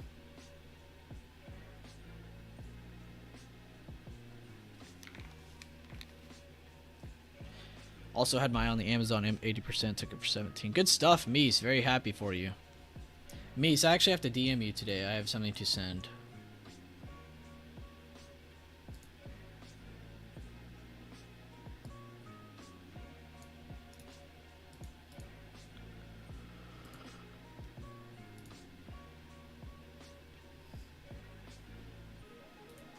Apple at that next level, so probably get a little buyer reaction, but watch under 145s for more sellers on Apple. This will probably slow up because Microsoft has not broken yet. Oh, actually they did. Never mind. I'll shut up. Yeah, Meta coming back down close to that previous low. Tesla 176.55, moving back down. Made my first trade after the BB course and bagged 25% on Amazon. Got in later than some, but it's a win. Thanks, Bueller. Good stuff, Tim. Everybody give a round of applause to Tim Nation X. Good job, man. Very happy to see that. Come on, guys. 11 more likes for some of these plays. That was a beautiful morning so far. And to think, we've only been at the market for 32 minutes. We still got a ways to go. Yeah, they're killing it this morning. I'm really just happy. I'm really just happy for the viewers. Everybody in here has been killing it. We're not having to spoon feed. I'm not having to hold your damn hands. You guys are doing a lot of the work on your own. I'm very happy to see this. All right, pushing under 397. Come on, go smack my level. Lower. Yeah, I'm hitting myself in the forehead right now. I wouldn't. 140% is insane. Always got to remind yourself, you're never going to catch the entire move. You right. But I should have cut my stuff in half. True. Alright guys, we're 40 cents away from the level I said that's most likely going to go get hit. This is a great time to start scaling out of SPX or SPY puts. I would chill out before it hits this level. I wouldn't wait for it to go smack it perfectly. And then you could wait for more. Morning, Rowdy. Glad to have you. Round of applause for Oscar, bagging 32% for the day. BB, I full ported and traded my way to no settled funds. Busy work day ahead, so getting out of here, but thank you. Have a wonderful day. We'll recap trades later this afternoon, but last entry was based on bearish engulfing and a total of 33% on the day. Great stuff, Chris. Beautiful job, and you have a great rest of your day, man. I like that, catching your gains and just moving on. Zuri, out of your last SPX contract, beautiful job. Round of applause to Zuri, round of applause to Oscar, Chris. Round of applause to all of you, seriously. You guys are amazing.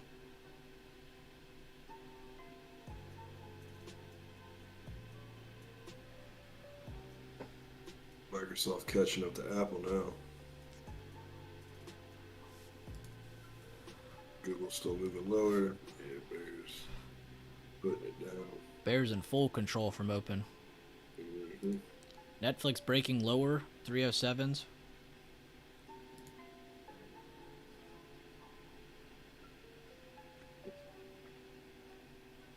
Devin should change his name to Shaq because he sounds like him.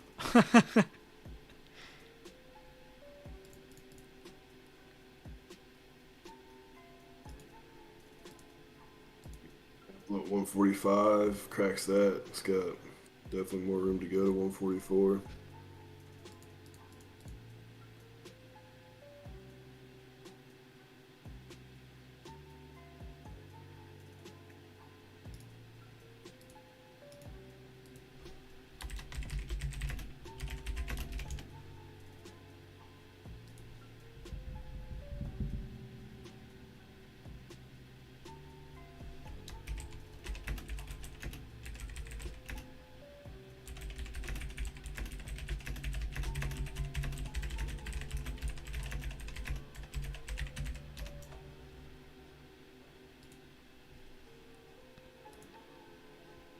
Nikki, what percentage did you get on your last contract?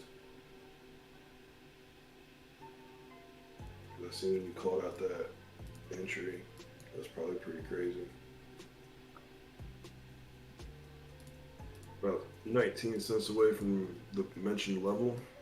We're so close. We're 7 cents away. 6 cents. Come on. Yeah, come on. Volume's coming in pretty good too. We still got about 4 minutes left and it's already almost increasing, so they could definitely push that through. 3 cents. Still plenty of time in this candle too. I wouldn't be surprised if this wicked up now. 6 cents. I'm 1 cent away. I'm trash. Yeah, I seen some ones that let's go through. Oh no, 3 out of 97.29 printed. 3. Yep. Oh, you're watching times and sales. Yep. I was like, what? I didn't see that. But Yeah, I see see it what on, you're yeah, a bunch of people bought shares at 327.29 and 397.27. And we're breaking. They're gonna push us down and wick us back up above that level. If not, this is going straight to 395. I think my next level is 390, 360, but 395 is a good psychological level in between everybody. I'll leave my cursor on it. Bro, your levels don't work 1 cent off. Yep, SPY's coming down, about to get increasing volume right here. So, looking for maybe a wick up. Evan Bishop, it's only off by a few seconds. I wouldn't say minutes. I even timed it myself. I think at worst case, even when I'm lagging, it only lags by 12 seconds. And that's worst case. 396 with increasing volume. SPY 10 minute. Meta moving lower. Microsoft, Tesla, Google. Made my goal, done for the day. Love the chill atmosphere here and the info. Thank you, Bill. I'm very happy, and I'm very happy that you enjoy it. Be sure to tune into the other streams as well when we get them going. But I appreciate you being here. Round of applause for Rambo. 32% on Tesla puts. Good stuff, man. And yeah, Steve, hit that hard mental reset, man. If you need to hit me up, please do so. But I'd love to go over some of your trades if you have any that you want to look at.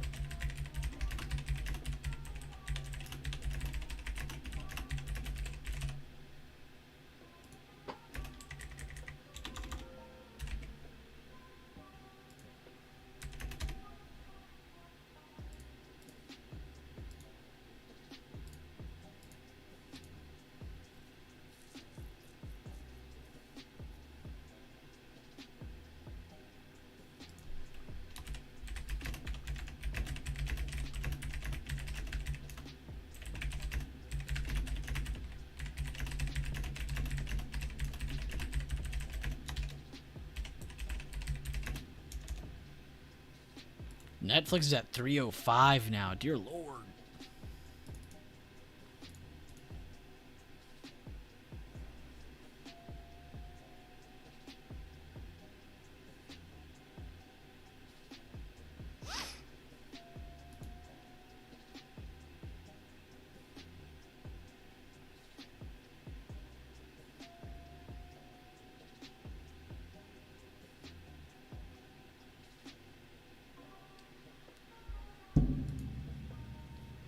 What did I say, guys? We would probably drop under and wick back up and close above that level. Look at what we just did. And that's with the most volume of the day so far. I'm almost willing to say this is not the low of day, but you can definitely watch for some buyer reactions after this. This is most likely where buyers are going to have to go up to retest. If we break under this candle, though, with good volume, this will be very bad. Good for bears, bad for bulls.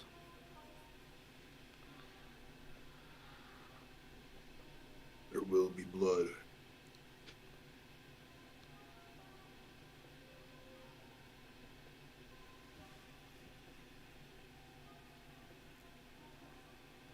Good job being supportive, guys. Even though Steve is having a rough day, that doesn't mean we need to be rough on him. So good job supporting him, because, yeah, we need to remind everybody whenever you have a bad day, you need to mentally reset. And what do I mean by that? Get away from your chart. Stop looking at this stuff. Come look back at it later today or at night, or even just wait for tomorrow morning.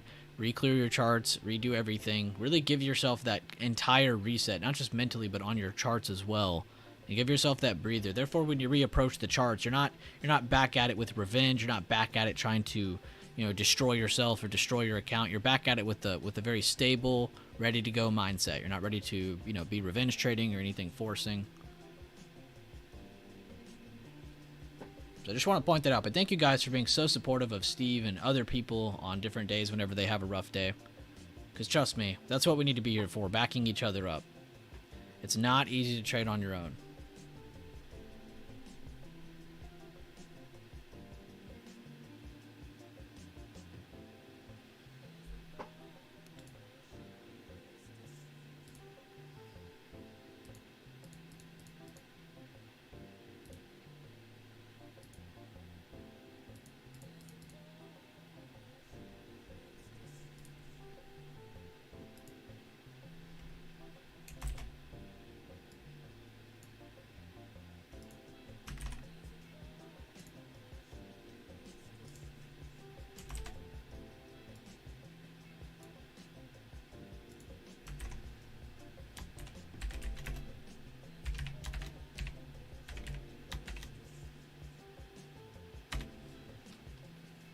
Starting to see a couple little green candles finally. Meta, Google, Amazon, Tesla.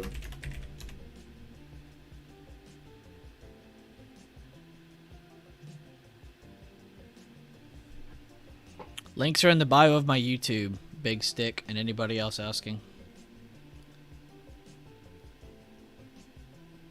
I'm rebuilding too. It's been rough. Take your time too, SF. No, you're okay, Big Stick. I didn't think you were yelling at me.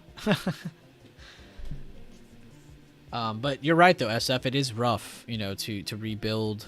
Again, and it's not really because of what it does. I think a lot of people misconstrue what resetting is or what you're losing is.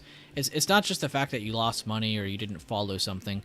It's the fact that you just feel clustered, and then you're back to square one, but at the same time it's like, crap, what do I do now? And this is what I'm talking about, practicing the levels, visualizing as much as possible. If you're trading more than you're visualizing, you're already messing up. 2, if you're taking trades and you feel uncomfortable from the get-go, if it doesn't feel effortless, then there's something wrong. There's something that needs to be touched upon. There's something you need to be looking at more, because when you take a trade, you shouldn't be looking at this and going, all right, let's hope this makes me money. That you've already lost the trade just by thinking that, because you're not thinking about what the facts are. You're not thinking about, all right, if this happens, I do this. If this happens, I do that. You're not even thinking about the facts. You're already moving on past that, and you're just thinking about the money. That's already a lost trade before your entry. Which I'm not saying you're doing that. I'm just throwing it out there. No, it's only on Teachable.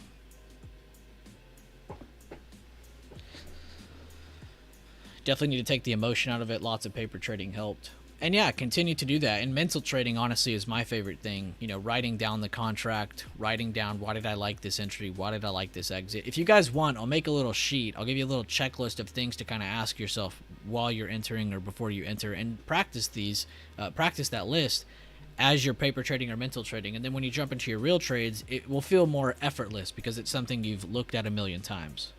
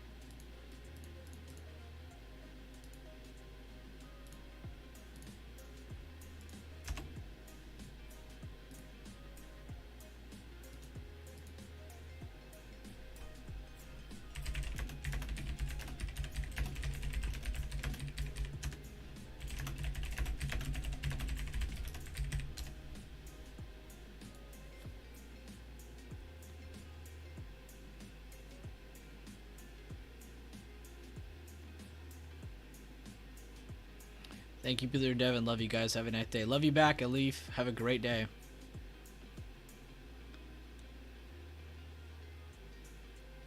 Hey, when you're making your levels, I see you're grabbing the meat of the top from impulse green candles, but I see you doing it from a long time back. Do you also grab them from recent candles? Casey, maybe you're new. Definitely check out the workshop number 11 video on my channel. That'll give you every explanation and depth breakdown of what I do on my charts. From entry to exit to how I get my levels, literally anything you can think of, it's in that video. But yes, I do grab levels from a long time ago. Like in this case, let me go to a different chart, like Tesla. A lot of my levels are from, got to go out to the 3-year. A lot of my levels that I'm day trading, like you said, I'm grabbing the tops of impulse candles. Great job looking at that, by the way.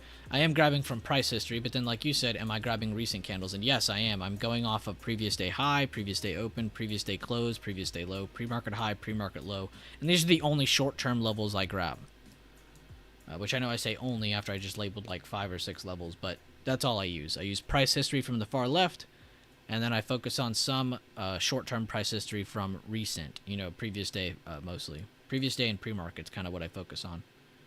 But good job, though, guys. The main trade plan, if you saw this outside of 398, we're looking under the 398.50s, 398s for a breakdown to 396.30. So far, that has been very successful. We called out Tesla with Amazon, which I was mainly focused on Amazon 80% entry. And 80% entry is not when it just breaks, but I also want to see it retest as rejection to show that bears are definitely in control, giving me a lot higher probability of a trade outcome. So that was a good one. We had Google at the same time as Amazon, same exact entry. We had break, retest, continuation down. And those are the main ones I called out. I called out Tesla, Amazon, Netflix, and Google. Netflix was kind of the same thing. It was from a swing we had in premium chat. But overall, we already took profits into this support, and then you could already get into another trade as it was breaking through 8. So that was another really good one. Meta, no, we didn't really call it. We were just kind of watching it because it was selling off so quick. But a lot of the moves today have been called out pretty well so far. We're even talking about this buy support here at 396.30s, which this can still go lower, guys. I'm not saying it can't, but you probably will get a little bit of a fight here, like I said 10 minutes back, just because of this candle. So we'll have to wait for some more volume to pass under support, or if they're going to try and build some base here. In my opinion, we probably will fade off a little bit more. 395 is a good level below, and then we have 393.60s. So these are the next 2 levels I'm looking at, which I'll just go ahead and mark that 395.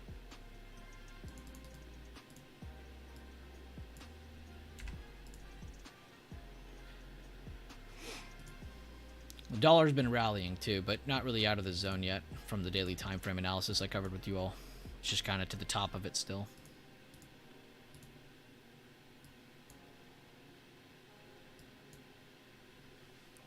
I'm honestly very glad to, and this is kind of a conscious decision. I don't really have a system for this. But the reason I'm using this chart today is because there's less levels. Like I said this morning, it's really helpful for looking at less things, because if you were on the normal daily chart, you'd have a lot more levels to look at, which it can be confusing to a lot of newer people who are in here. So that's what I was trying to avoid. But basically, I just circled our no trade range on that chart, and you can see we broke under 398s, hit that 397.30s and that 396.40s, and both targets have now been hit, with 395 and 394 underneath on the daily, day trading chart. That's why I went to this one, though, just because there was less levels, less to look at. But it was literally the same TA.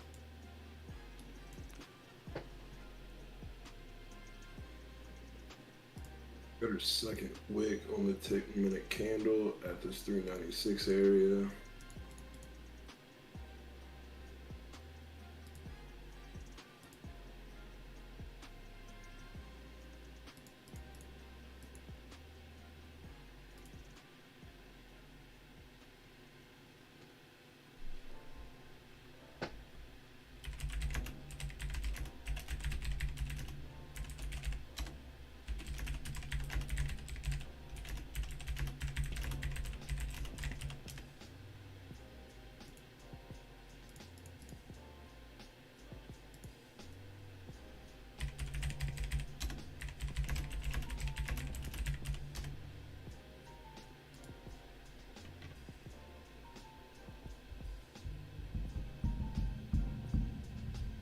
Go back to the pre-market prep, Noah. I could sit here and cover the same TA over and over, but going back to the pre-market prep will probably be a better answer to you.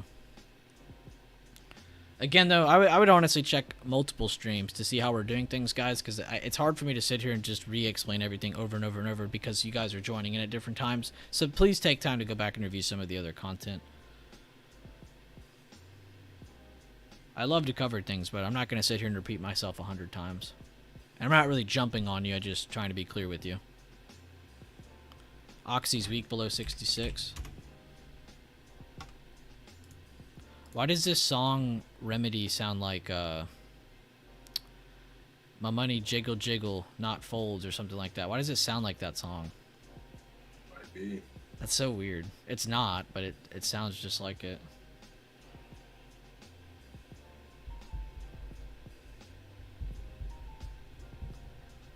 My money don't jiggle jiggle, it folds.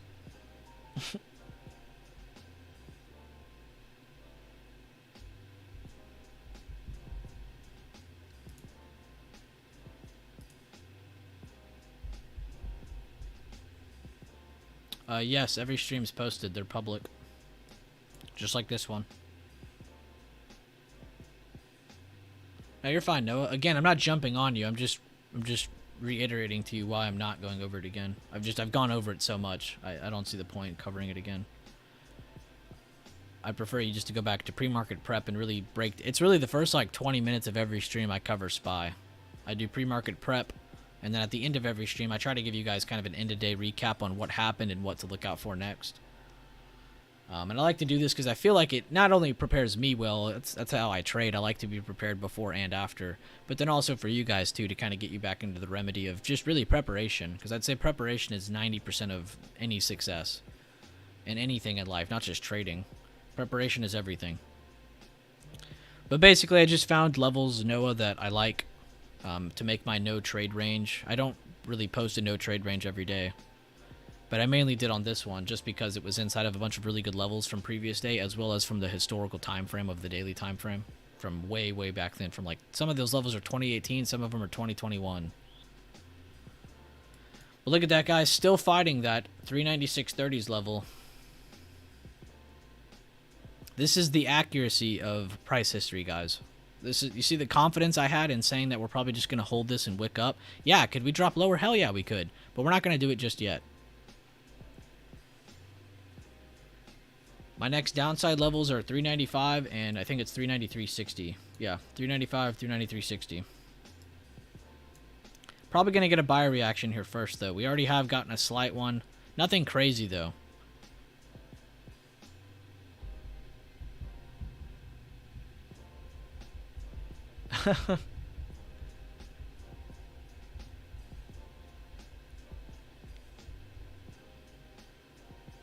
Hey, it's okay, Steve. We're not all here to trade the exact same thing. You just got caught on the wrong side of what you thought was happening.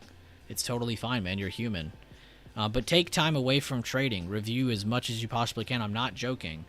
Every day after work when I was in plumbing, I would be sitting here reviewing charts, levels. I would not be actually trading because I'd be busy at work. I'd come here and I'd just stare at charts and I'd review. Do that. Make it a habit. You should be reviewing more than you're trading. So don't apologize. Be better about it. Jump on yourself, man. Be your own disciplinary. You got this, Steve. You're not stupid. You have great intuitiveness.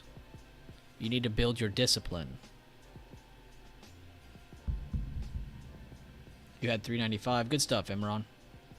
Imran. I don't know how to say your name, but I apologize if I said it wrong. Jesus, Mel. Round of applause for Mel. He's been continuously kicking the market's ass. Can we get one more like to hit that 150 like? I got it? Okay, good. I try to get people's names right, regardless of where anyone's from. I think some of you guys have some really cool, unique names.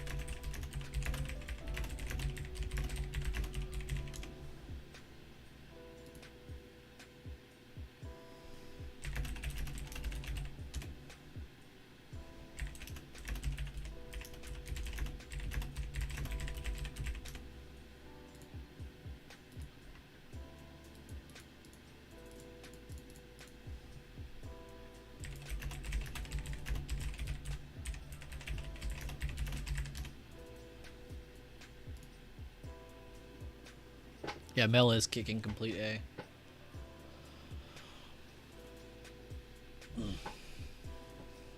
Lost yesterday where my main went sideways. Today was a direction trade.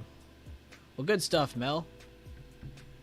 Came to get you your 150, but you already had a... Oh my gosh, yeah, what the heck? Got like 14 likes out of nowhere. Well, thank you, everybody. I appreciate you guys completely destroying my daily goal of 50 likes every day. BB, will you look at V and Geo? No problem. Isn't Geo the prison stock that Michael Burry's in? If I'm correct, that's what that is.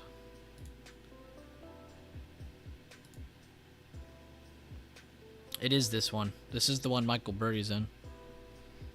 Which you can see he's probably killing it on that investment.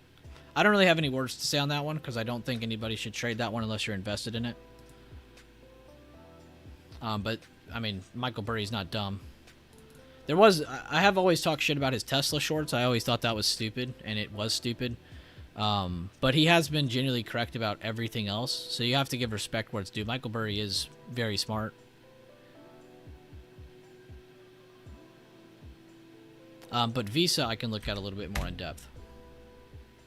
So I already have my levels charted. Let me see where they're from real quick so I can catch up and tell you what's up. Okay, these are all from the weekly time frame, so this chart is for viewing the daily. Looks like I have a halfway point I need to add. Too big of a range between there, so let's fix that.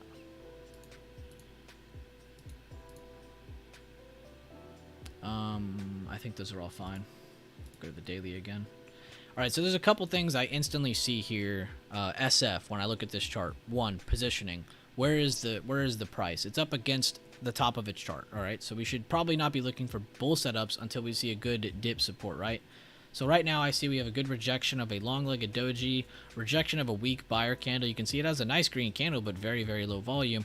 And the next day opens almost entirely under that entire day with rising volume. So pretty strong bearish reaction, which would have been a very good indication for an overnight swing into today. So that was a good find. But I do notice we are in a very strong uptrend on this chart still. Even if you don't like trend lines like me, there is a very clear, able to see uptrend right here, right? So it's probably not smart to continue shorting this yet until we see a better break. But this is a very nice chart because I like that it's already gone up, smacked it, and now it's back at support. So you can really go back to square one. We can really look at both sides again. So I'd, one, pay attention to, and I don't know if I'd keep that as a trend line. I'd go to the 4 hour. Try to find you a good trend line here. Yeah, like right here. So that would be a good trend line to follow. One, see if it breaks. Two, don't just enter when it breaks. You don't want to just catch the break. You want to see it pull back up and possibly reject 210s, and then you can look for more downside. If it continues to hold this uptrend and pushes that new high, wait for those 219s. But if you see a good inside bar sit here tomorrow, and then you see another day open higher, that gap fill will be a very high probability play. So keep eyes on that. But we can definitely check this out if you bring it back up, SF. I'll continue to look at it each day if you just remind me. We'll go back to it. I was flirting with that low a day again, made a new low a day, but right at the 396 level. You bought Geo at $5 a share? So you were in before Michael Burry? Dear Lord. You're a genius. Oh, you're in Visa for $5 a share?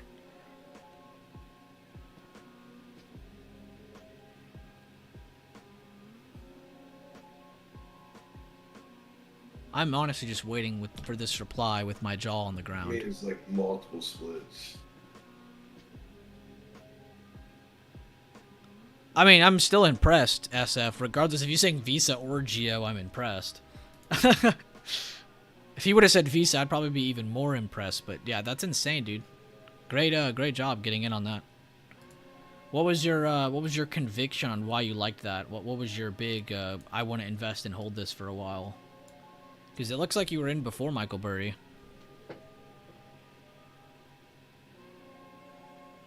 Hey B, recently switched to TOS and subscribed to real-time quotes. It's updates on real-time and paper on the web, but not on my desktop. Just want to trade paper for practice on the new platform. You might have to wait another day. I don't know how long you've already been waiting, but I know when I put mine to real-time, it took an extra day for it to actually load on the actual platform. But you might need to log out and then log back in for it to load in case you have waited long enough. But you should have it on your desktop.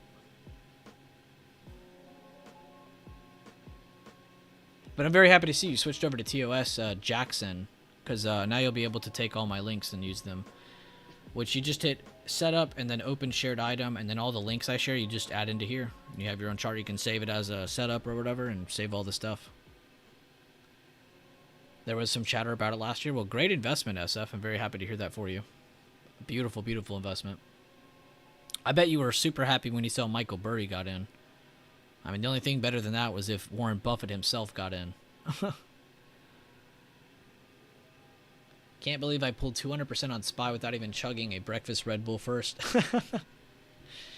Good stuff, Leland, man. Very happy to hear about your massive gains.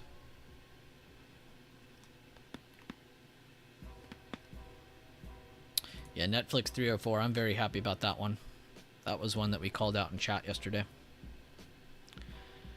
I even said Lotto, which I try not to type too many of those. XOM. Devin did really good updating them overall, but they are back down to support on the bigger time frames. I think I talked about if they broke 108s, because this was kind of their range. If they broke 108s, that this would sell off back down to this support. So the next move is going to come from here, and if this is how this candle closes, it's almost like a gravestone candle. So you're going to have to wait for a higher open or a lower open to trade this again for day trades. But overall, for a swing trade Sunil, you're going to probably want to wait a little bit till it gives you more price information, because it just broke down, so it needs a little bit of support. To bring it back up, or it's going to need a little bit of consolidation to bring it back down. So either way, we need conviction to the right to give either side favor. So we'll pay attention to that. Bring it up more. Devin does a really good job, though, of talking about XOM every day, just because it's a heavy oil energy ticker.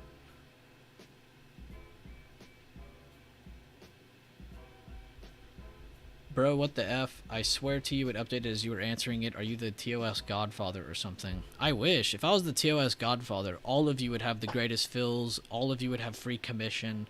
If I was the TOS Godfather, life would be a lot more peaceful.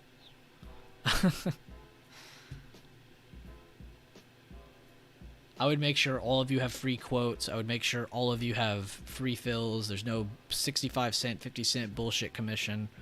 And I would make sure your fills are accurate.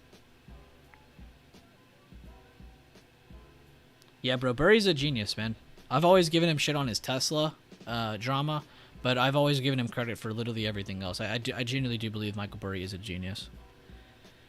He's always in very early, but he's almost always right. Moving lower. Not crazy volume yet. Imagine that, though, Pike. There's like a political system for who runs TOS.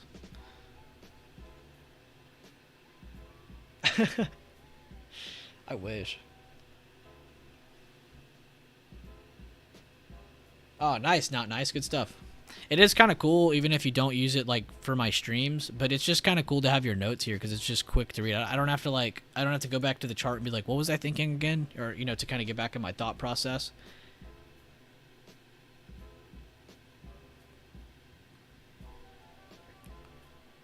So it is just kind of cool to remember things.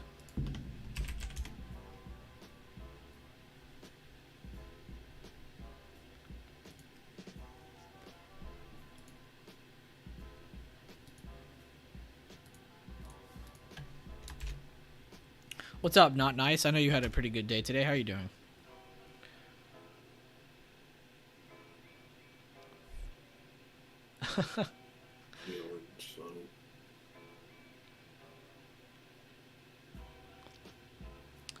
Bueller Trading and whomever, personal question, but do you have a trader's tax status and mark-to-market counting? No, I just do my taxes normal. I have like an organization that does it all. I just drop it in like a little Dropbox thing and they do it all.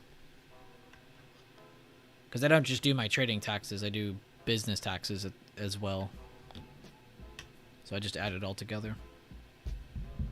Well, they do all that. I don't do anything. I just copy, print, send. Doing alright, just chilling, watching. Alright, nice to hear, man. Nice to hear.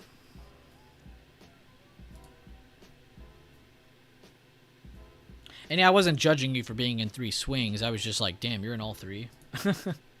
It's more of an impressed thing, like, Jesus.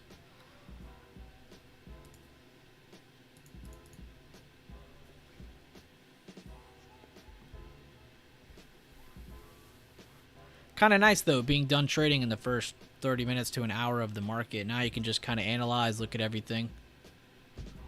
168 watching, 168 likes. Yeah, I appreciate everybody. Y'all have given a crazy amount of support to the streams each day. I really do appreciate you all. Because again, I'm nothing without y'all for the streams, so I appreciate that. We get like 500, 600, 700 people joining these every day, so I'm very happy to see that that a good percentage of you like to stay in here and kind of focus on things. Got green on 2 and red on 1. Took loss on target, but looks like I cut it too soon. It dumped after. And that's half why I was kind of asking you not nice as well, because sometimes that happens to me too. I'll be in multiple trades that are on the same side, and it's kind of hard to pick and choose. You know, right now it'd be easy, like, oh, I just shouldn't have entered target. But of course, that's Captain Hindsight. But beforehand, it would have been impossible for you and me to be like, oh, which one should we not enter? But next time, just remember, I don't need to enter 3 trades of the same side. You could just enter a little heavier on one of the other 2. But overall, great work. And the reason I'm saying that is because when you're in trades of the same side, and let's say 2 of them are dumping, 1 is not, kind of like Target. I mean, Target didn't really dump that amazingly. It did dump a little bit, but it's already back into range compared to the other 2 that are not. But overall, it kind of gets you thinking like, okay, I'll take profit on these 2 and I'll hold this one because it should do good. It should follow. And it kind of gets you in a biased mindset. But overall, you still did really good, man. I would definitely just kind of chill for the rest of the day. But beautiful job on Netflix. Beautiful job on Square. Which I didn't even see why he liked Square. Let me go look now. So not nice. Whenever he looks at those, he adds EMAs. So do remember that. I don't look at EMAs. I like to look at just the pure price action itself. But I almost promise you the reason he liked it is because it was rejecting the 9 and the 21 EMA with rising volume. Again, if you look at yesterday's volume, it cracked those EMAs, and it had rising volume. So that's his whole entry. That's why he liked it. I can do that without asking him. Got a minute left on this SPY 10-minute candle, and it's almost at increasing stellar volume candle to candle as we're making new lows.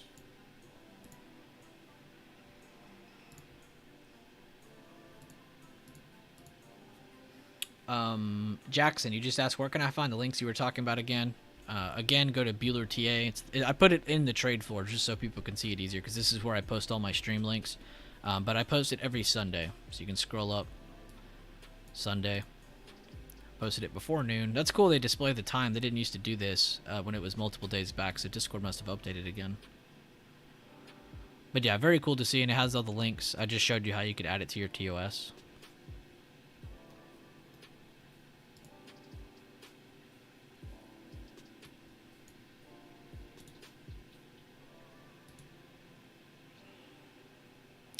Boss, you were on point about CL and that potential evening star. Didn't have that volume and became a failed one. Oh, oil? Or do you mean Colgate? I'm assuming you mean SPY futures. Or I mean oil futures. Oh, Colgate? Okay, never mind. I talked about it on this candle. The rejection. I really don't remember what I even said. Potential evening star didn't have that volume, became a failed one. Oh, okay, I see what you're saying. Yeah, because this kind of invalidates it a little bit. And even though this day opens lower and pushes lower, breaking that level, it didn't really do anything, you know, because it didn't have this momentum. It's like restarting right here. And this isn't enough to do it. It still looks good for more downside, though. I'm not going to lie. It still has some top pressure there. The crazy thing, though, is how aggressive this trend line is. And I don't even like trend lines. But that's a very sharp trend line. But thank you for reminding me, Sherman. It is kind of nice to go back and review some of those. I have been keeping an eye on your UNH that you like to look at. I just haven't seen anything crazy yet, so I haven't called anything out.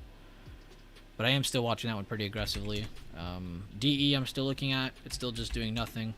McDonald's still just doing nothing, so I'm still watching those for position. Boeing, I don't know if I want to enter longs on this now, but it is holding a really, really good resistance as support right now, so that's a good sign. So you can probably start to look for some bounce plays off of 179s, 180s if it holds this area for Boeing. 395 on SPY.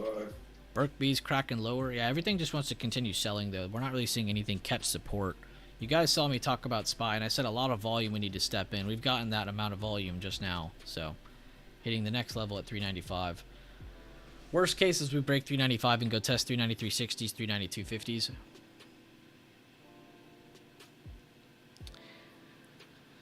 And then, yeah, I need to look at TAN again with Daffy. I tagged you yesterday, Daffy. I don't know if you saw that or not. But, yeah, we're finally breaking range. So we'll see here if this holds under today. If it does, we have pretty good position for shorts down to 77s. And if they break 77s, we have a very nice gap fill. But I probably would take profits at 75. So we'll keep that on watch. But that is looking good again. Finally. Oh, a lot of talking. Where's my water? Oh, you did see it? Okay, good.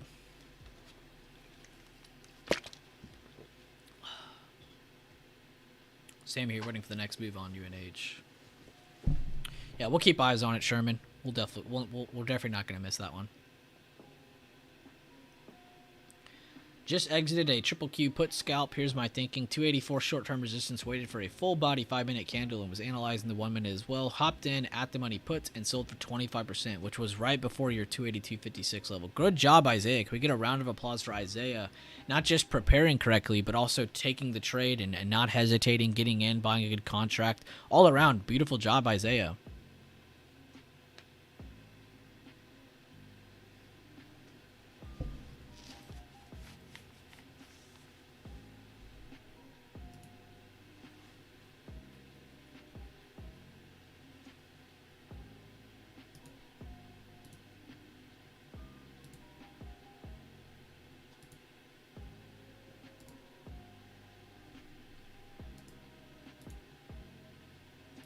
Getting some buyers at this 395.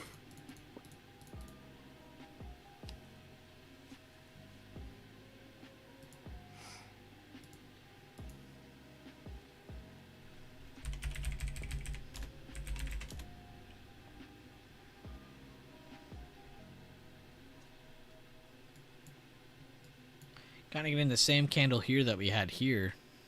Or, I'm sorry, here. Big hammer pop up at support with good volume. We're getting another one with good volume at support again. Possibly a slowdown before either a continuation down or we could start to look for some base build. So, very, very easy market to trade today with preparation.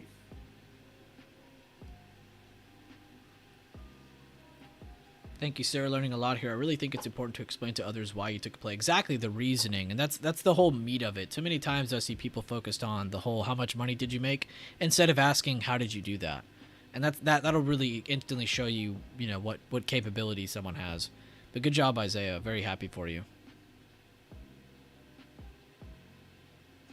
Evan, you're 8 minutes behind. Yeah, you're definitely lagging then, because it's definitely not that slow. Sorry to hear that, but thank you for still tuning in and reviewing and stuff, man. I appreciate that. Very sorry about your stream, though.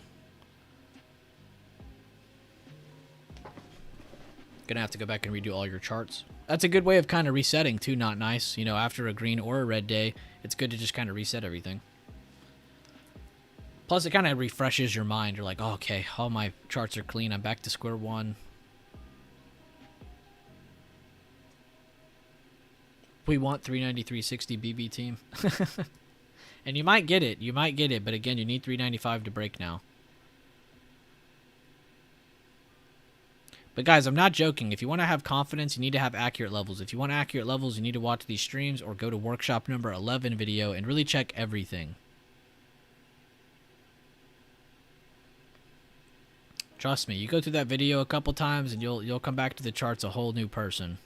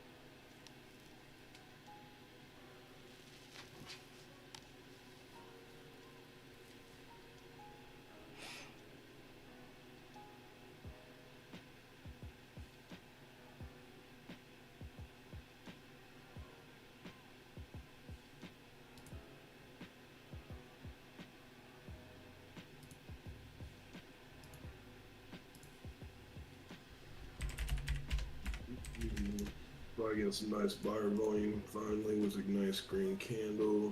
Got about 2 minutes left on it. See how it finishes up.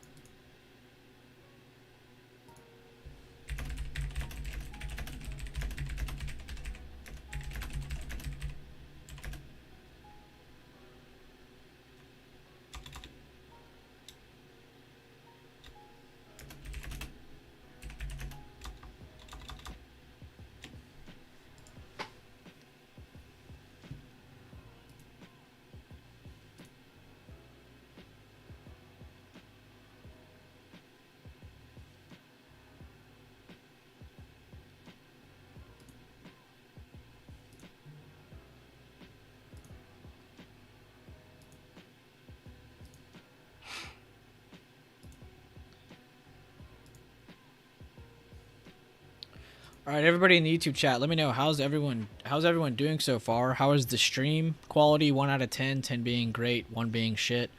How is y'all's trade day? 1 being shit, 10 being amazing. Let me know how y'all are doing so far. Any other thoughts you might have in your day so far? Let me hear it.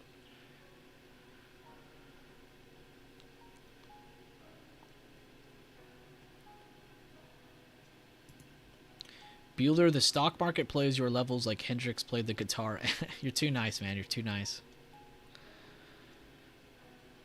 Man, if I could play some Hendrix in here, I would. So, Imran, you're saying 10 for your trading, 1 for my streams, or the other way? I'm just joking with you.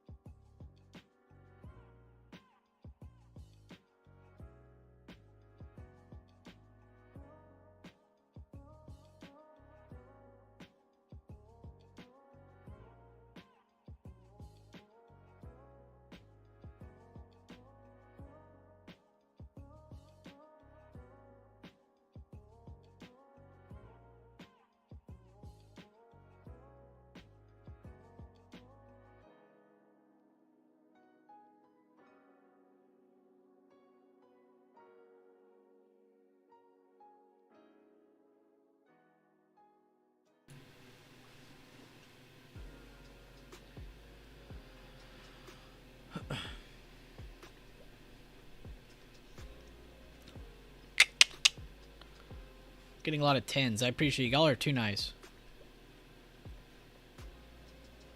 Can you explain the correlation to the course in your Discord? Going to buy your course now. Well, the course is just a breakdown of everything we like to do. The Discord is like a whole community. It's not just information. There's plays, information, a place to engage with other people.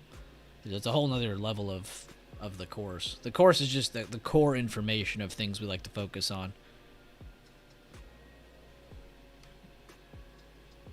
Trades are small, but decent gains so far. And keep it small, Sandollar. Aim small, miss small. If y'all know what movie that's from, you're a legend. Great stream, making good plays, but then making dumb ones and giving profit back. And that's okay, Mirza. It's not the end of the world. Let's focus on that, though. Let's review why are we making those, as you say, dumb decisions. And let's review them. Review them. Go over them. Reset your chart. Visualize. Take your time. And I'm not joking. When I say visualize, go watch that workshop number 11 video. You'll see exactly what I mean. Every time I add levels to the bigger time frame and I go to the smaller time frame, I break down what's happened. Gary, you're my new favorite human on the planet. Stream is a perfect 10. Thank you, thank you. Spy back in previous resistance zone. Good call out by Nick. You got it though, Gary. That is the movie I was calling it from. Aim small, miss small from The Patriot.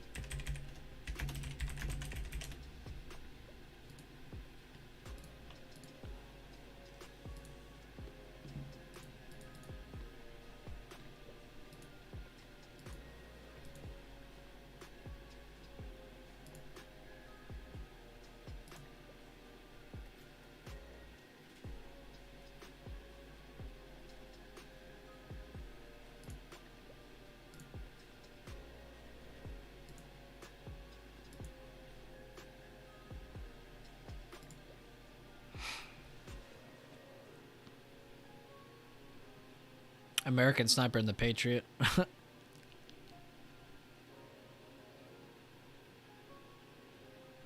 No, that video is public on my channel, Mirza. It's not on the course. It's a public video. It's the featured video on the channel. It should be like my fourth. I'll just show you. I keep forgetting I can just pull you up on stream now. I don't have to worry about hiding things. Videos. It's the third one. Right here. It's actually my, y'all, I posted this the other day, but y'all helped me get it to my 1, 2, 3, 4, 5, 6th most viewed video. You can see all these videos are from like 2 years ago, a year ago. This one's from a month ago. You guys got it up here, so good stuff. But that's the video you want to watch. Head to toe. I give you the breakdown on what I do to the bigger time frames, smaller time frames, literally anything and everything to help break down. I talk about entries, I talk about exits, how to look for them, the buy the dip strategy, which I think is back over here. Yeah, it's the square example. This is where I cover the buy the dip entry, looking for a low, a good push, a second low, and then you look for that push. That's the push you want to get into.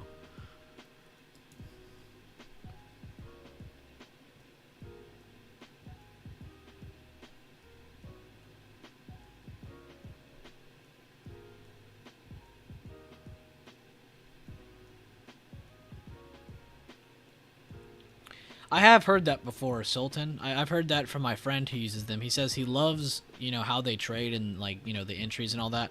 But he says the charting sucks. I've heard that multiple times. Because I almost switched to interactive brokers at one point.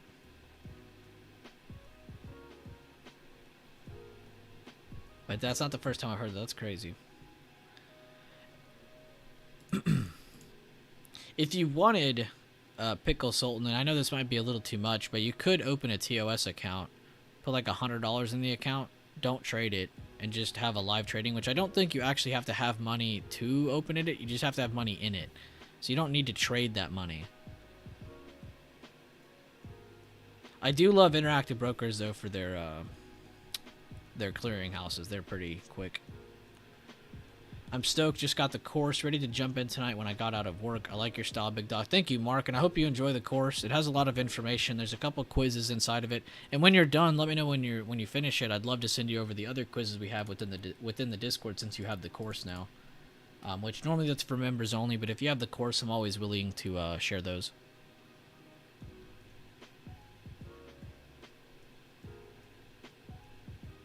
Of course, the stream starts lagging.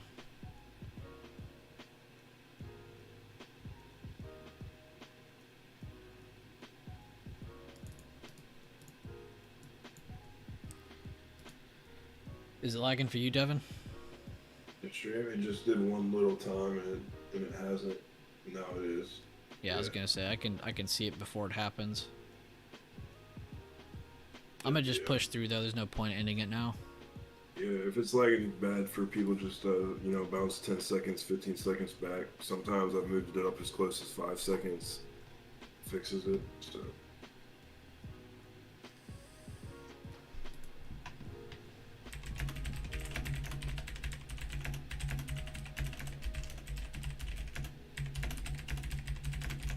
Still no crazy buyer reaction on SPY. Just be a retest for that continuation lower still.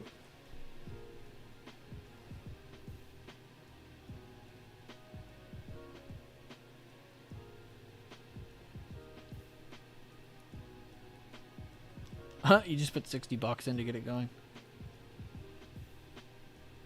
Yeah, I think for some reason if you put 50 in, you can use charts. I don't think you have to do 100.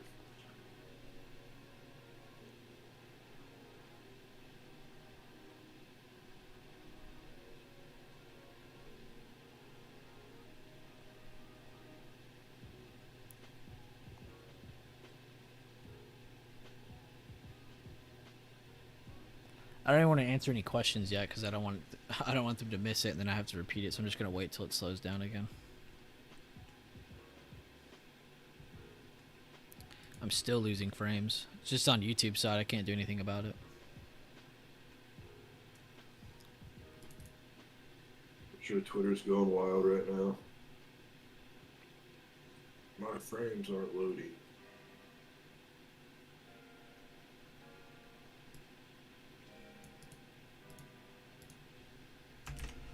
Great, now it's lagging even more. Mine just kicked Yeah. off your stream. Yeah, I can see that.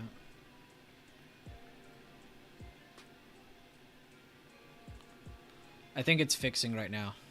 It's slowly turning around. Yeah, I'm back in the green. Come on. Yeah, I'm not dropping frames anymore, so that's a good sign. So give it a few more seconds and it should pick back up.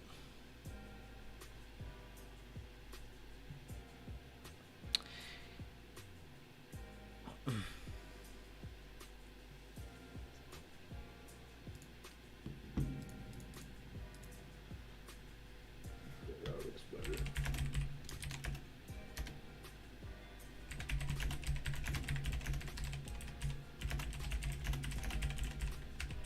Alright guys, sorry for the lag. It should be picking back up now.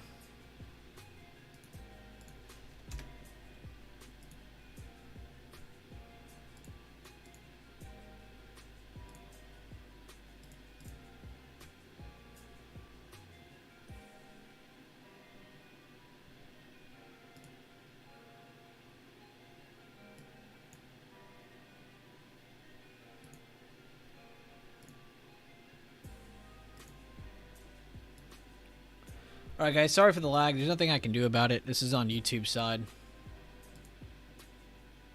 Per usual.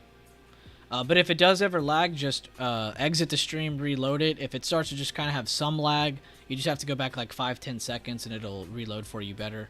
But I do apologize for that. Nothing I can do about it.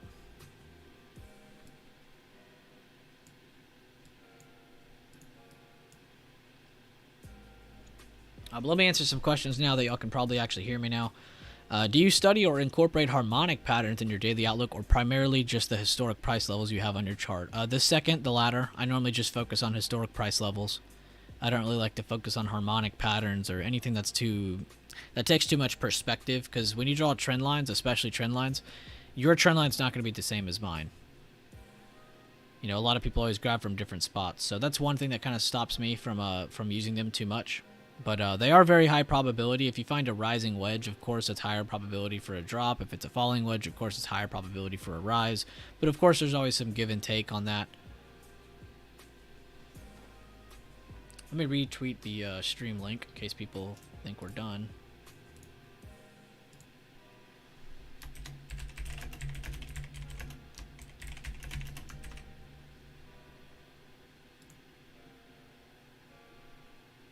Yeah, and then I'm watching for the same thing. Maybe catch another little trade here.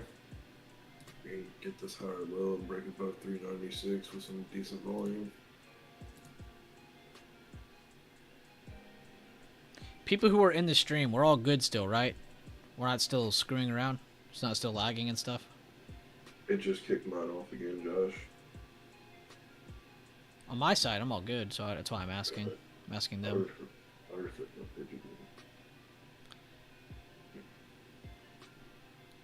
Thanks, new to all this, trying to absorb before I take the plunge, working at 8 to 5, so the first 90 minutes is all I have to practice on paper. And yeah, Blaine, if I gave you one piece of advice, it would be take your time.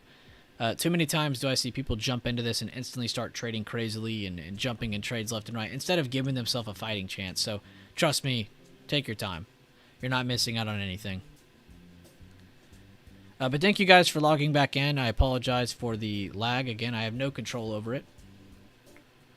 But you guys know the routine. If it lags, go back a couple seconds. If it kicks you out, try to just rejoin.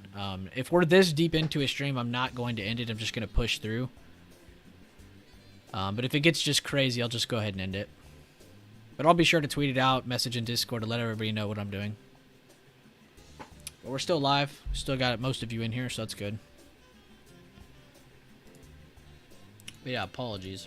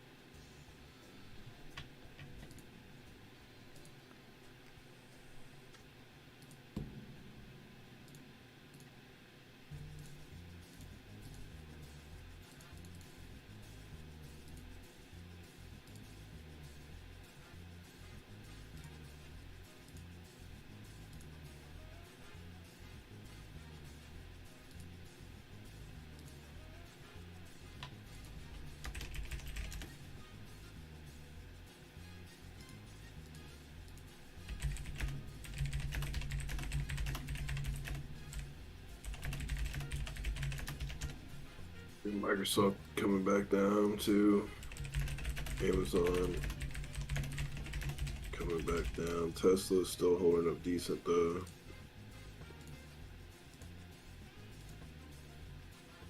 Google making new low days. SPY had a decent double bottom, but no confirmation yet till this candle closes.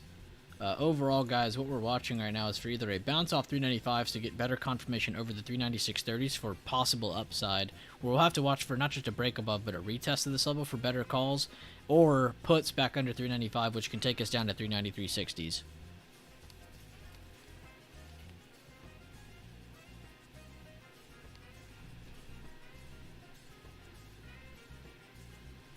My bad, I gotta catch up to some messages here.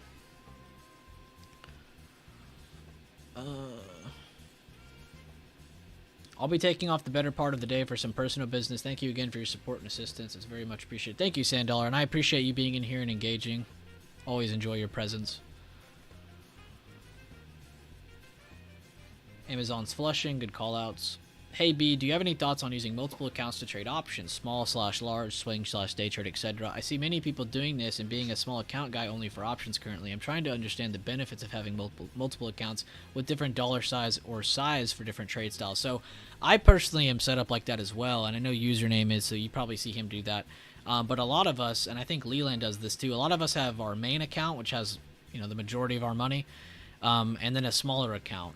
Now, I don't split it up in terms of only swing trading or day trading, but I know a lot of people do that, which is very nice because they're two completely different mindsets. So in one account, you're going to be day trading a lot more, and you're in one mindset of, all right, this is it, I'm done for the day. But swing trading, you're going to be in positions where it's over a couple days. So some people like to kind of split it up just because of that. But the big account and small account is kind of the same thinking. You know, if you're in a bigger account, you know that you can definitely take more trades, but there's no need to. So it's kind of nice to have that small account. And something that I do to humble myself and keep myself in check is to not trade my big account as much. I actually trade with my smaller account a lot more because I understand I'm only 3, 4, 5 years into this. I mean, I'm 5 years into the stock market, but I'm only 3 years into options, right? So there's really no need for me to continuously use my bigger account to continue trading when I can keep practicing and being humble and just focused on growth on the smaller account. Again, I'm not really worried about monetary. I'm more focused on growth and reasoning behind everything. So it's really like an organizational thing, like Leland just said as well. It's just to kind of keep you out of one account or in the other. But there are clearly multiple reasons to do this. Organization being the biggest one, though. What do I need to enter the giveaway on the course? The course giveaway is already over. That was a weekend thing.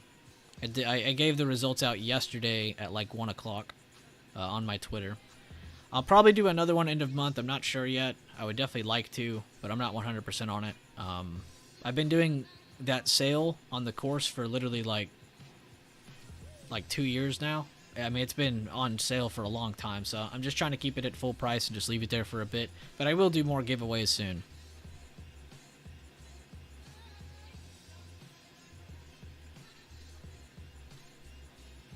I'm out of here as well as we head into midday later, boss. See you later, Jeremy. Thank you for tuning in.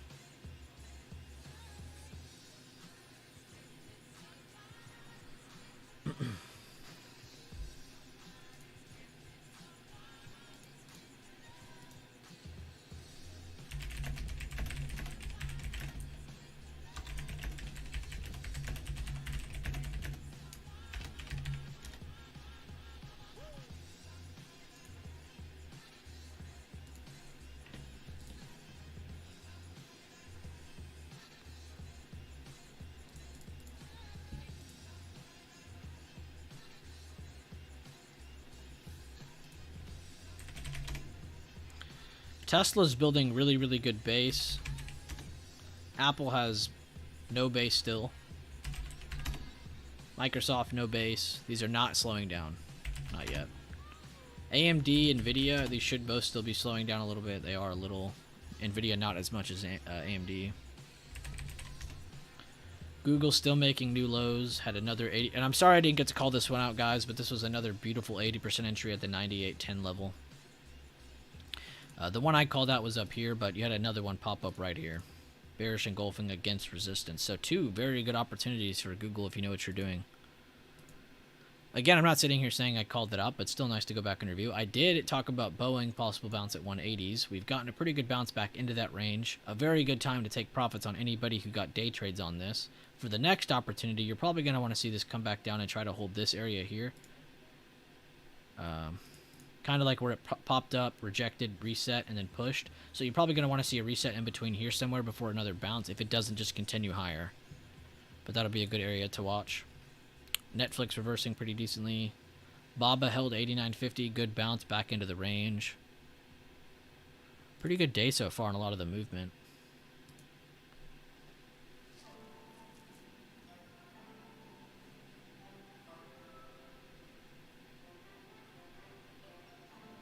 Yeah, that song was a little weird, Leland. I was thinking that when I was listening to it as well. I was like, what the heck am I listening to?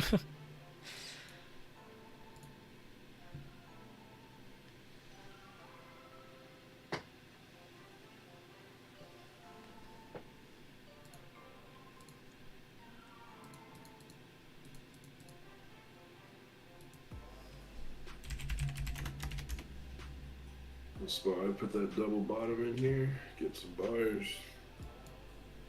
Yeah, if this holds up, this will be really good, especially for the setup like on Tesla, where it's already built its base and trying to move higher. Tesla's already doing the buy the dip reaction right now.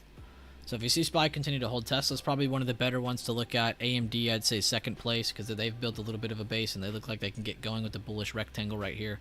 So I'd watch AMD and Tesla for possible moves to the upside, as long as SPY holds 395.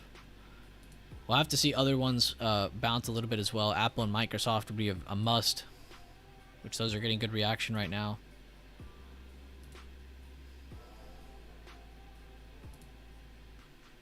That'll probably actually help Boeing a little more too.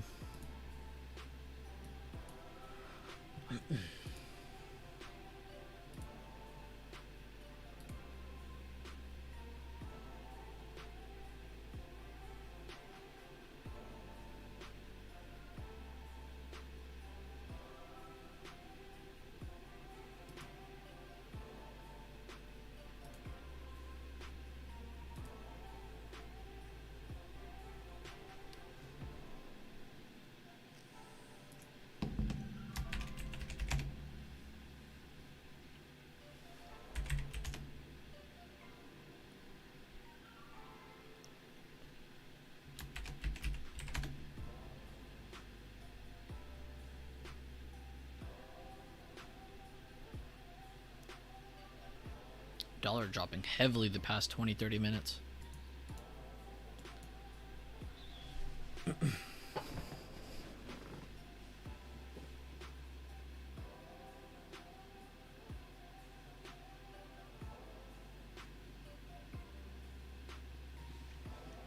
Is it non-copyright, John Freshwater?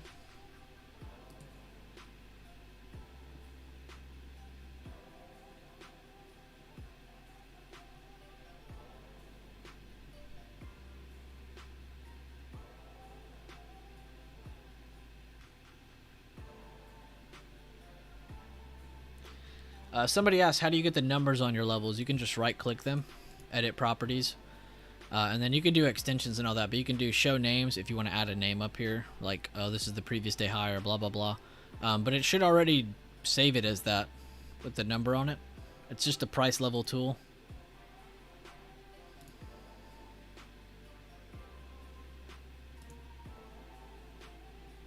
Probably not. Aw, damn. I'll check it out either way, John Freshwater. I'll check it out after the stream's over. I've had a problem with playing copyright music, so I'm trying to avoid that now. So far, so good. But I'll still check it out.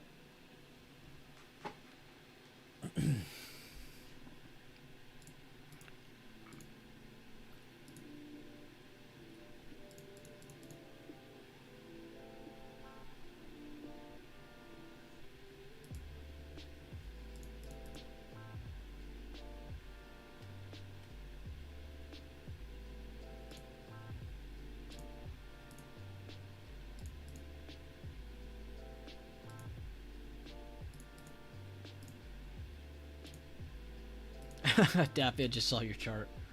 I reject it hard. Get pushed back down, see if it holds. Yeah, market's not helping the Tesla or AMD push so far. You actually got XOM coming down towards its pre-market low now. Losing that yesterday low. Watch for SPY to break 395, guys. If it does, we'll most likely be going down at 393.60s. A hold here will take a lot longer because a base build is not just going to need those two lows. They're going to need to trade to the right a little bit more, so it'll probably take a little bit longer. New low today. And yeah, if Apple makes that new low with what looks like a bearish rectangle,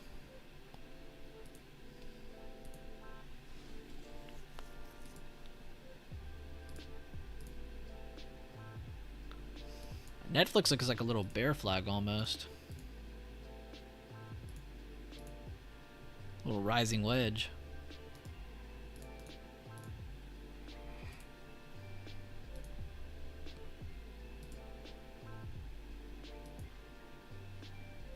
Definitely a day full of opportunity, though. This has been an amazing day on the stock market.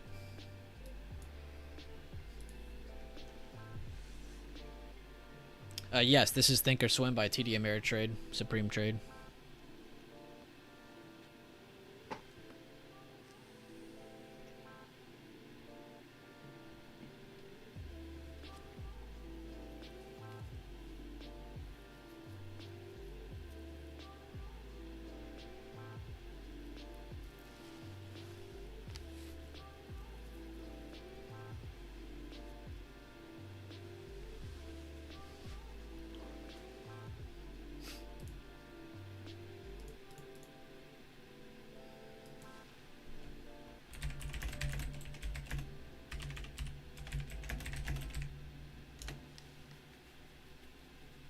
About 3 minutes left on this 10-minute candle. We're almost at increasing seller volume. Candle to candle.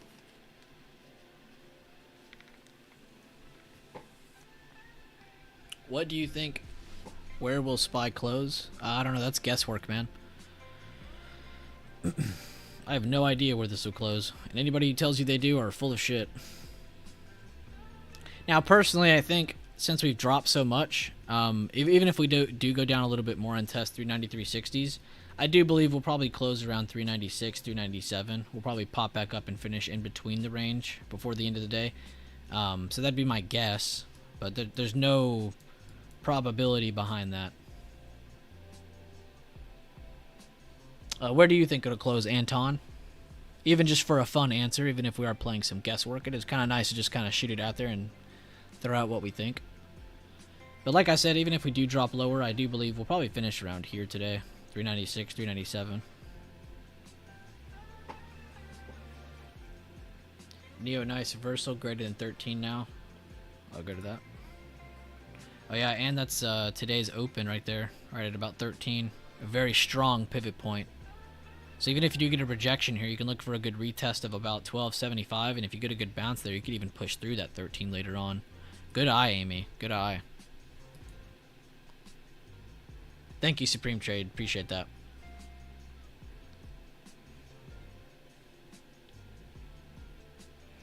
Yup, agreed. Now up 7% on the port with over a quarter of my buying power left. Double-edged sword right there, though, if not careful. Yeah, be careful, Isaiah. You don't need to trade anymore today. If it helps you, too, get into the habit of taking your real trades, and then after about 2 to 3 of them, I mean, you probably shouldn't even take that many, but if you take 2 to 3 trades, move on to mental trading, move on to paper trading, move on to something that is not involving your actual account. Focus on taking trades that make sense, but visualize them. You don't have to take any more trades.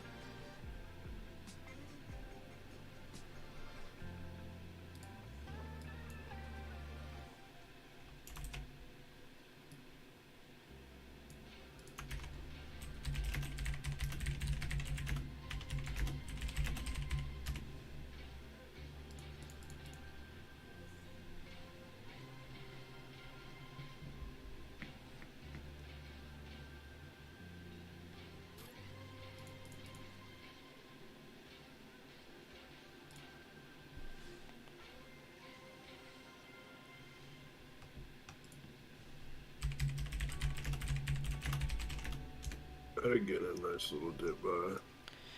SPY's still holding relatively well and with a pretty good amount of volume on that potential hammer at support, guys. So be very careful jumping into more short here until you have a more confirmed drop, just because we've already dropped this much and we're not really breaking 295 that well.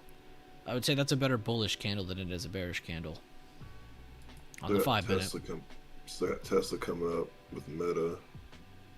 So we got some stuff still printing some green. Exactly, Isaiah. Now you can approach the market tomorrow with more money, actually, because you profited today, and you'll have that complete mind. You'll have a more disciplined mindset because you know that you don't have to risk.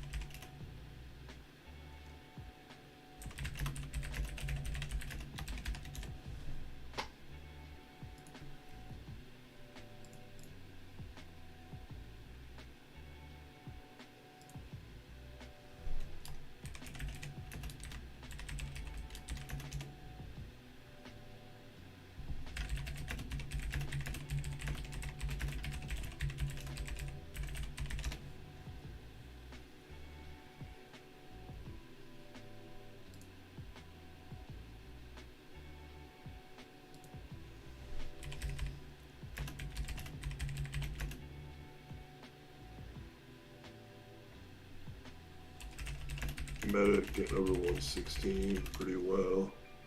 See if it goes up towards 118.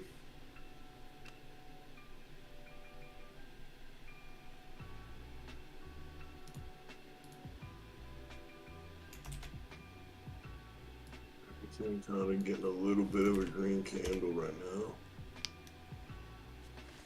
See if this is going to be the baseline. Yeah, we're going to see some really, really good bounce plays if 395 holds here over the next 10, 20, 30 minutes. AMD still holding very well above 71. Guys, I love this for a bounce play if SPY continues to hold. Same for Tesla. It's still moving higher. Like I said, the buyer move's already happening. You have a low. You have a good second low. And over this first resistance they had, they pushed with rising buyer volume. So they've already been going. And as you guys can see, if you guys have been paying attention to the YouTube chat, Leland actually did call this out in the YouTube chat. And he's just been trimming profits now. So good job, Leland. Round of applause to Rimraff, Leland.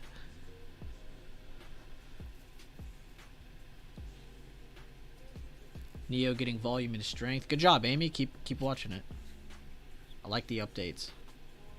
Even if you're not trading it, you're just kind of watching it. It's totally fine. I love getting the updates. That's how you grow as a trader. You don't just trade. You got to visualize. You got to point out what's happening. All right, this is going to happen if it breaks this level. It's all conditional. Great job, though.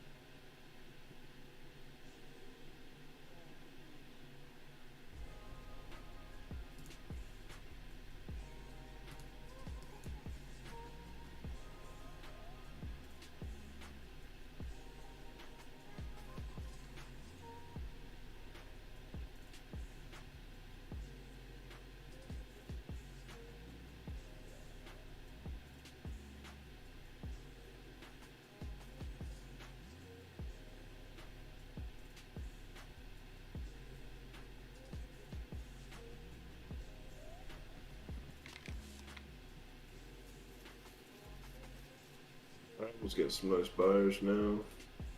Slowly grinding up. Same with Amazon. Microsoft's not as much. Nor Google.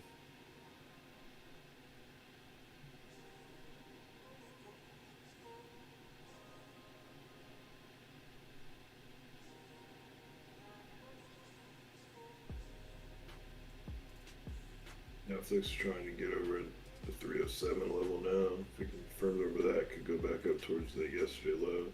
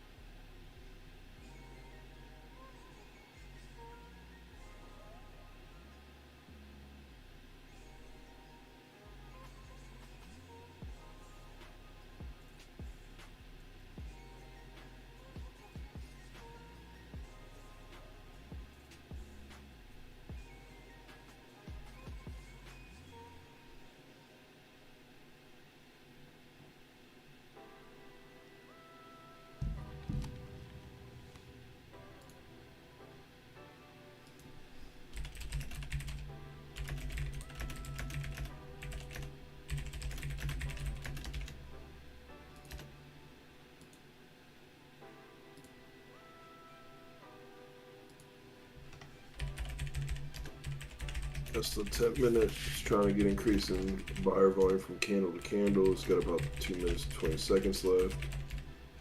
Yeah, that finishes up.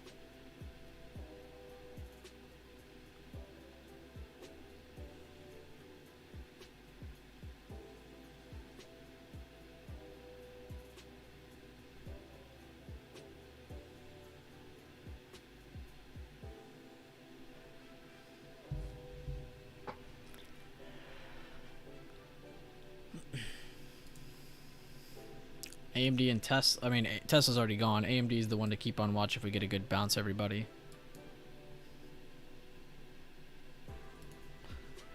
How's Boeing doing? Alright, good. They're still slowing down. Like I said, I'd like to see them slow down, try to hold this support here. If they can continue holding this, this gives them just as good of a chance as AMD to continue higher if SPY does continue holding this 395. So if we see this hold 395, we see a lot of other sectors start to just kind of slow down and hold support. Keep eyes on AMD and Boeing for potential moves higher.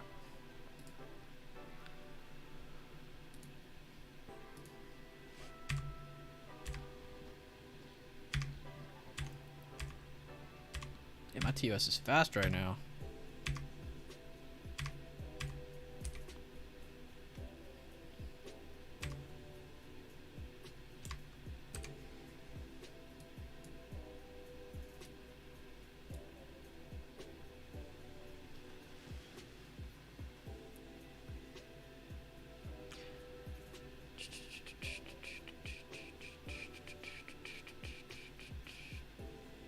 Do you guys use VWAP?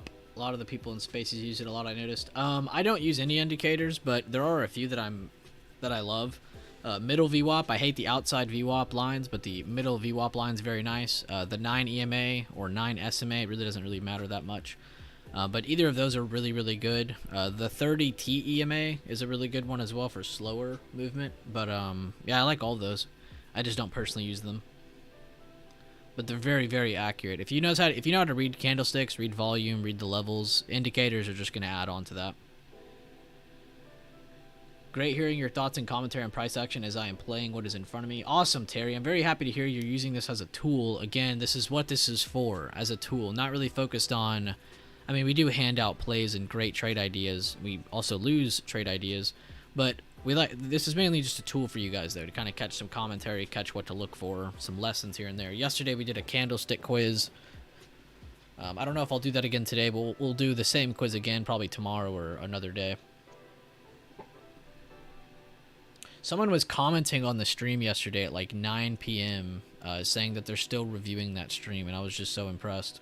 They were like, I'm going through the quiz right now.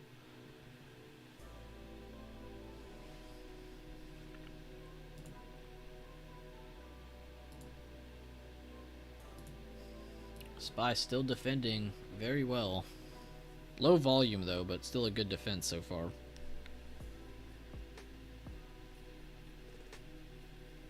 Gutted you missed that quiz. We can do it again, Clive, if you want. I think Leland's done trading. You were doing the quiz too. Leland, do you want to do the quiz again?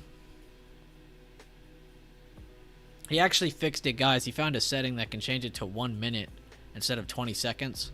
So you guys will actually have a real chance of answering beforehand. Because yesterday you had to answer within like a split second to get it. A random and outliner ticker, but GME has earnings tomorrow. Hey, still nice to know, Pickle Sultan. I mean, I don't like looking at GameStop or AMC, but I do appreciate the information regardless. Doesn't matter what I like or don't like. Oh, you have to do each one? Alright, we'll take your time, Leland. We don't have to do it today. We can do it tomorrow. I'll make sure Clive is here for it, though. Clive's been super interactive. He's been very active here, so...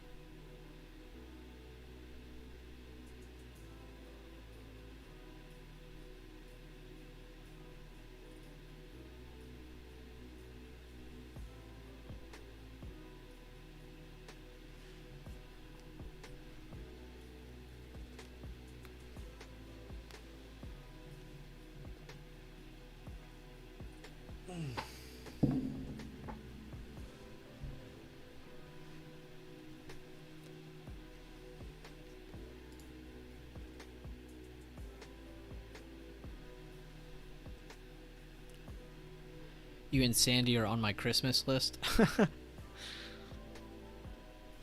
Oh, and while you're saying Sandy, let me bring that up.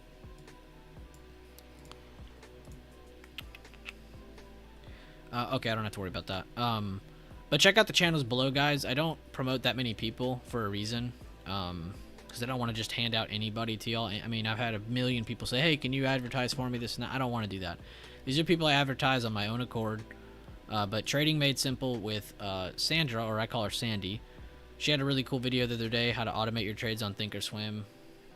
She does really good spreads videos, really good automation videos, how to set up your trade beforehand, because you can actually set the parameters of your trade before the market even opens and then have it trade accordingly automatically without you. So that's really cool if you get down to learning it. It is a little bit in depth, but after you get through it, it's pretty nice. So check out her channel. She's really cool. These are, all right, now these other two, let me go back. These two guys right here, these are two members in my Discord who I've known for a very long time. Username is probably one of the best traders in my chat. But he has 3 videos that are definitely worth checking out. This is the most recent one. He talks about a big play he had on NVIDIA. Here's a Tesla one, and then setting up auto or active trader for your TOS. So he has some really, really nice videos. He only has 3, but I would definitely worth checking those out. And then you got Sherman, my boy Jonathan Sherman here. And he just posted his first trading video with the BB system rundown. And this video is crazy. He went over an hour straight. But he covers the levels, the reasoning, the entries, the exits. He gives literally everything. It's almost like watching another workshop video.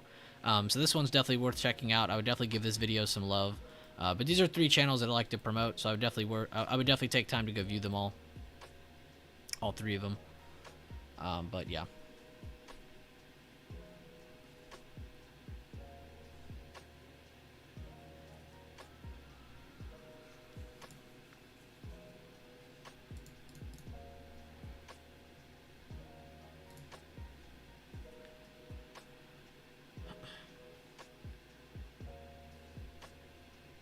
Honestly, found you by accident through Sandra's Discord after watching her automated webinar. I've been meaning to ask what your connection is to Sandra. Thank you. Mainly, it's pretty quick. It's actually a pretty funny story, but in the beginning, I had no clue who she was. My friend Leland and JBake were both kind of watching her videos back in the day, like over a year ago, to make an auto trading section that we have. And it wasn't even really a paid section. It was really just to kind of show people this is possible. But then I started doing these streams for Discords, and she was one of the groups that I was doing them with. And then it turned out it was like, oh crap, I do know who you are. Like, you're her. Not like a famous trader, but she is a well-known trader around multiple communities. So it was just kind of cool to link up with her. But then it turned into a whole kind of like partnership thing. So me and Sandy kind of worked together on advertising for each other for free, of course. We're just good friends now. Sandy's super cool though. I love the videos. I love the live streams she does. She is super cool. It's really hard to find down-to-earth people like her around here. So definitely keeping her close. But yeah, that's kind of like our short little story on how I met her. I had no idea. I had no idea who I was dealing with. I have a vid on my channel that's unlisted, but I'll make it public for y'all. Why not? Oh yeah, Leland, I need to subbox you. Link that video real quick, and then I'll go to it. An hour, gotta check that. IWM first 5-minute candle to close above 8 EMA since the open. That is pretty impressive, Amy. And it's the 8 EMA too. It's not even anything that loose. It's pretty tight to price. So the fact this is the first time one's pushed over is very impressive.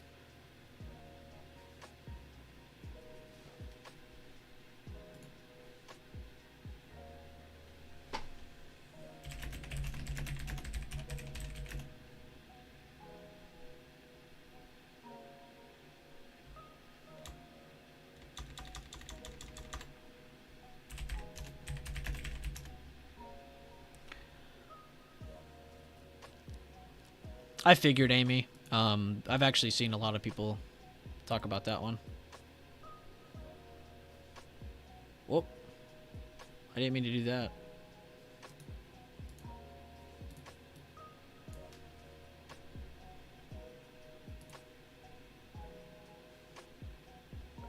Okay. Why didn't that work?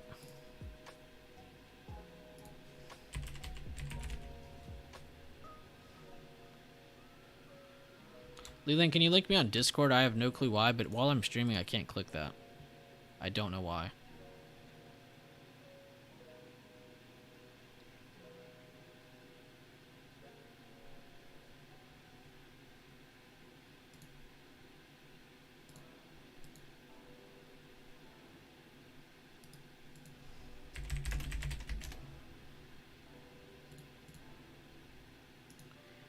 Thank you, Leland.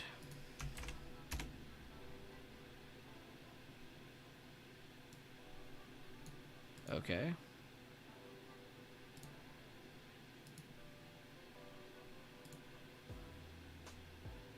What?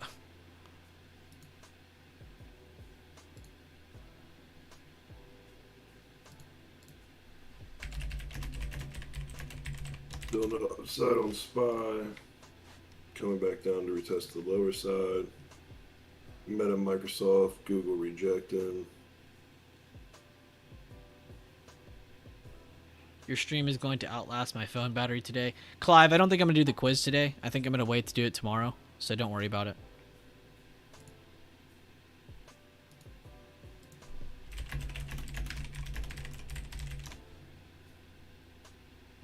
Okay, here's the full link. I thought I was getting screwed. I was wondering what that was. There we go. This should pop up now. There we go. Okay, so definitely check out this video, guys. I'm going to subbox Leland right now, actually. Not Leland, love it. But definitely check this video out. It's from 11/23. You can see 11/23. He talks about the SPY reversal, so definitely check this video out. But real quick, I'm going to subbox him. Let me do this off screen, so in case I show anything weird. I don't think it should, but I just don't want to. I don't want to like link my stuff real quick. Let me get this fixed. Edit section. Leland. Done. Publish. Okay, so Leland is sub box now, guys. Let's see if it worked. There he is. Old Mr. Fibonacci himself. But definitely check out this video when you have a chance. This is an amazing breakdown. He's had it up for a little bit now privately for just members, but he's being cool and making it public.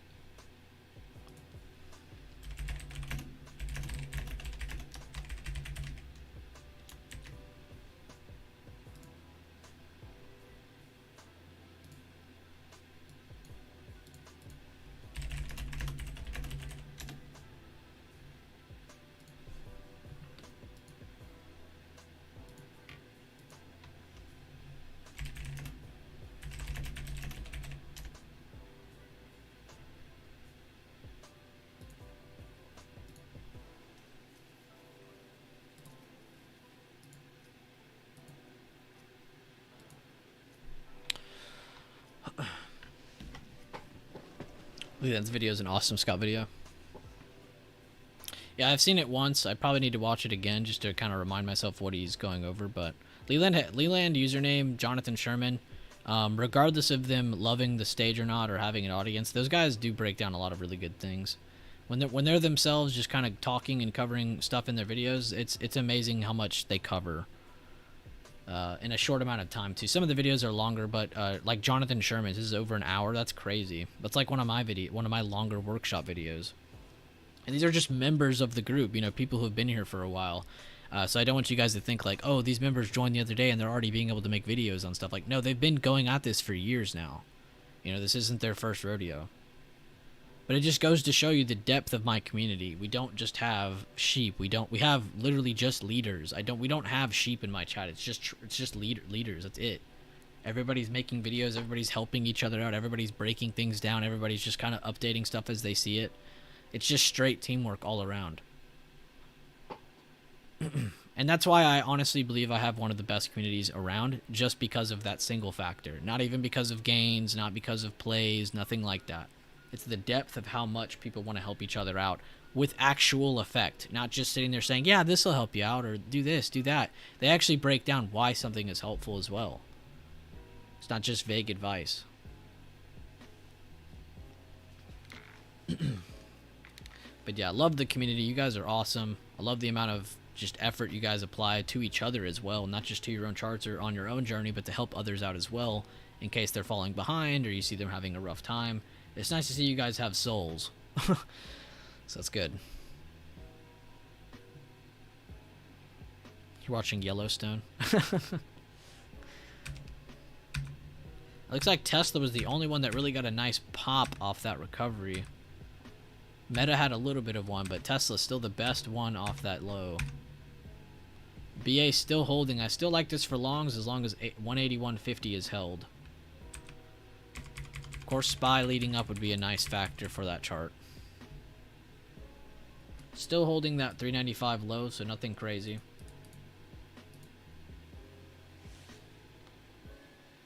The dollar and the VIX are heading right back up.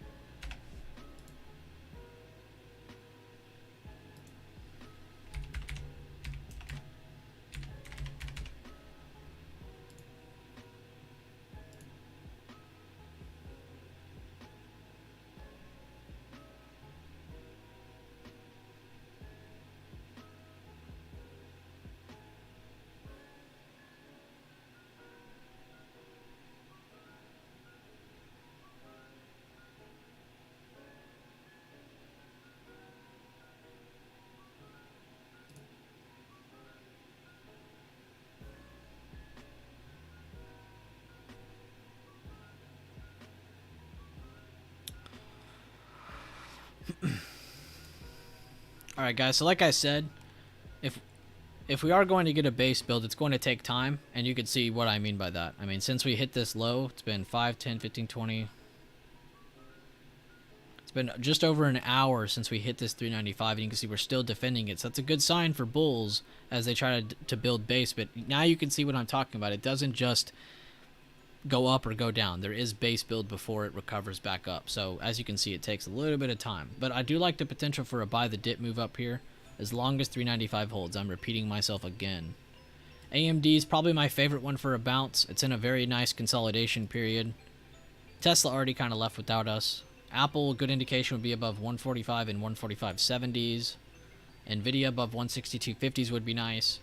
Amazon's already breaking its good level. It just needs to hold 89.50 now. If it pushes over 89.50, there should be a good push towards 90/90.25, kind of the area of consolidation before they fell. So look for a pop into that if we do get this increased movement. What is this song? This thing's going hard.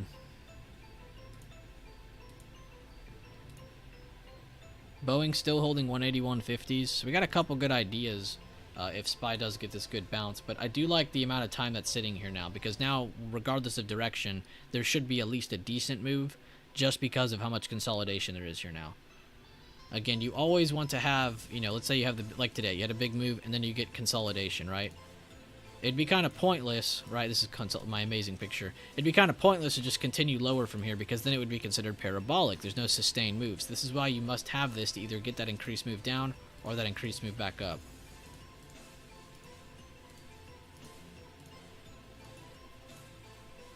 I always forget I can just control Z.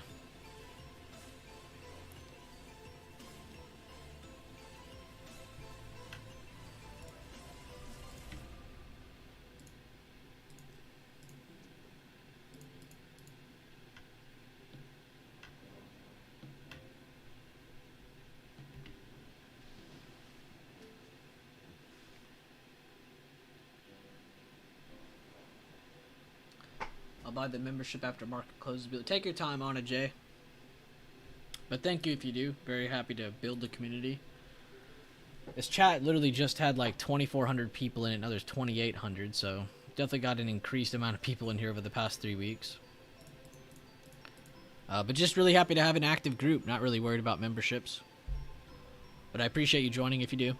I'm out, BB. We'll post trades on Twitter. Thanks for sharing. No problem, for profit. Thank you for joining and tuning in, man. I appreciate your activity in here. Have a great rest of your day.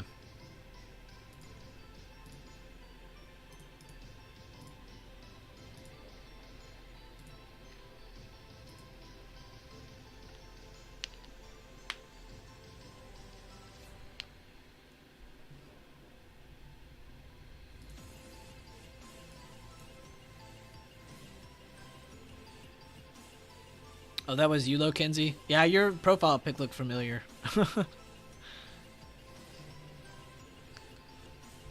My friend Leland is actually trying to put those on flashcards for anybody who wants to keep them. Because we have quizzes that you can take over and over. And then that one quiz we did yesterday, that's one that was kind of like time limited. So he couldn't just completely, you know, keep sharing it. So he's adding those to flashcards for everybody. Appreciate you joined the Discord yesterday. Forever a student now. I appreciate that, Lo Kenzie. I really am happy to have you in here. I really was. I was laying down. I checked my phone. I had a YouTube notification. I was like, whatever, I'll check it. You know, I try not to check that too late. And I saw you say you were still taking the quiz at 9 p.m. I was like, what? That was too funny.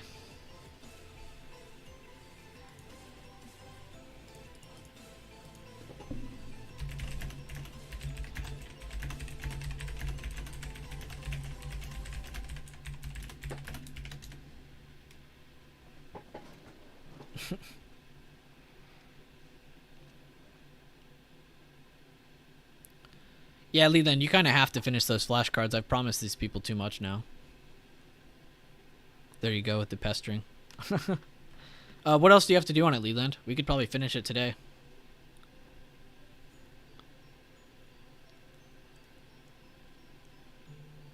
Also, tell me how much it was trying to charge you. I'll cash up you the amount.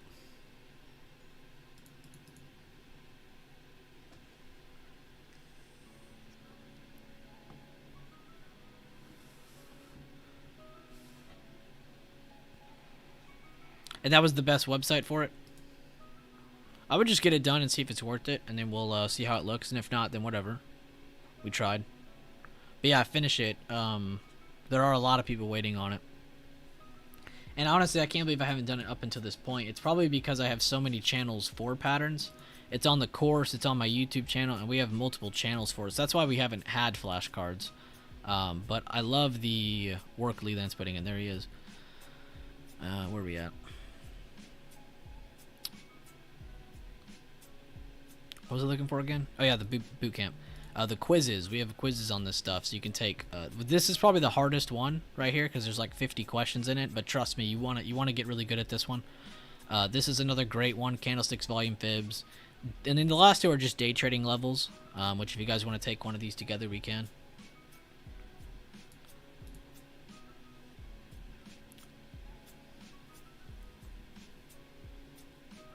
What type of entry would we anticipate for in either of these two areas? Bottom blue zone being an area we watch for initial breakout. Top blue zone is the 50% / golden pocket fib retracements of the first breakout.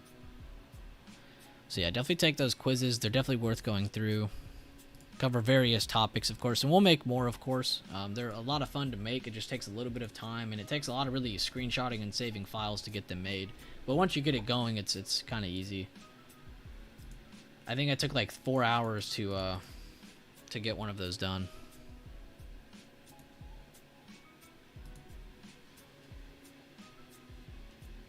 Yesterday's stream also, I went down the entirety of the what do I call it? Kind of like the notes that I sent you guys to go, the checklist. That's what I should call it, the checklist of information to go through. So if you have access to that, definitely check it out. But the checklist has everything on it. What order to go through things, what you should check out, what they explain. So I really would take time to go through that.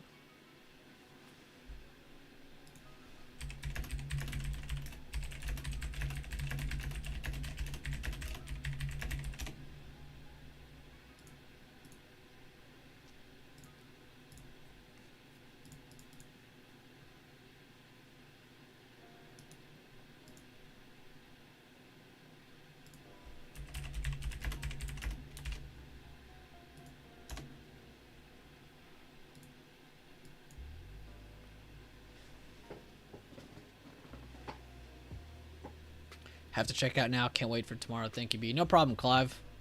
I'm really just glad to help out everybody. And it's not really like I'm helping you. It's just nice to give people better information. So I'm really happy that you guys are tuning in and clicking on it. I like your idea about making a checklist for mental trading.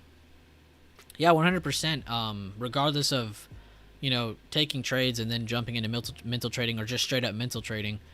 To begin with, it's very smart to kind of follow through with that checklist. Therefore, you're not really screwing yourself. You're giving yourself a fighting chance. You're covering every base. You understand what's going on, and you don't have the emotions when you're mental trading. And that's the whole point, is to find things without emotions. Therefore, when you approach the chart in real time, taking a real trade, you'll have less emotions because you're used to seeing, what you're looking for. If that makes sense. It's kind of hard to word that. But thank you guys for the amount of likes, the amount of support across the streams the past few weeks. Very happy we started to make these public. I've been streaming for a few years now across YouTube, Discord privately, and decided to bring it out publicly. So I'm very happy to get this amount of support. It means a lot to me. I'm really glad a lot of you guys like the information we provide. We'll definitely continue to incorporate more, educational things like quizzes, fun little quick things to do. While we're streaming, while we're going over things.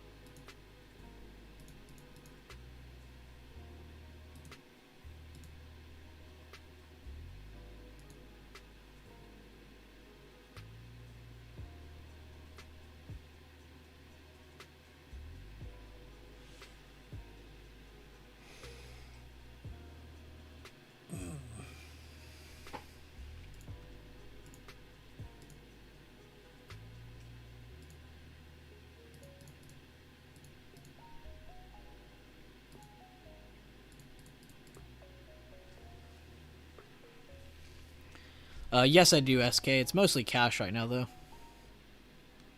Why only 29 likes? 29 likes on what? On the stream? Please click.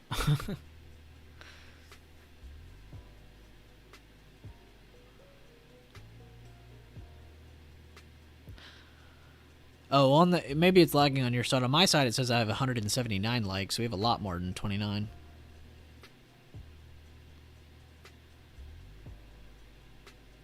I try to aim for 50, 60 likes just to be passive. I feel like you aim too high, you tell people, I want 500 likes. You're never going to get it. So I just like to aim passively. But no, thank you though, SK. I appreciate that. Yeah, YouTube's a little laggy today. It was like a couple days ago, over 5,000 different streams were cut off. It was after we were done streaming, thank God. But yeah, YouTube's got a little bit of problem with their servers. Sometimes it does that. I don't know why it'll show that. The other day it only showed I had like 5 people in here, but there was like literally 80 of you typing. So I knew that wasn't right. What is this song?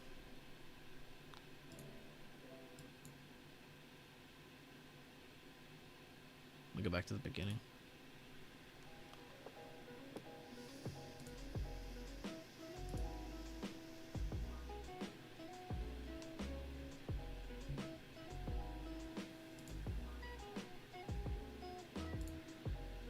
Well, I'm potentially putting in a higher low here.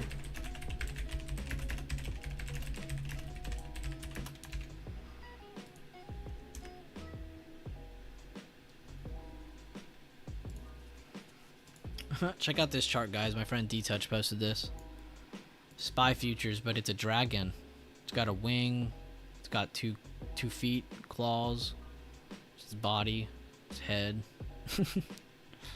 It's the famous dragon pattern.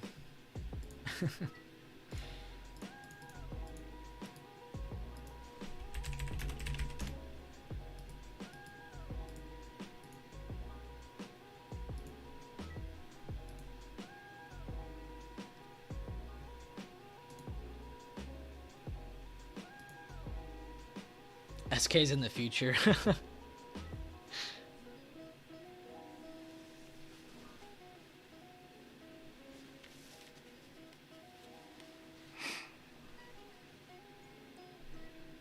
And yeah, sorry there's no new updates, guys. Just this is what happens when you drop like this. And I mean, we had a really good morning. Now it's just kind of basing still. And this is what you have to deal with. Consolidation. It's not always a quick up move, quick down move. You're going to have these moves and it's going to lead into consolidation. And then you have to really just be patient. No need to jump into either side crazily or be random or get in early. There's just no point. Still building a really good base at 395.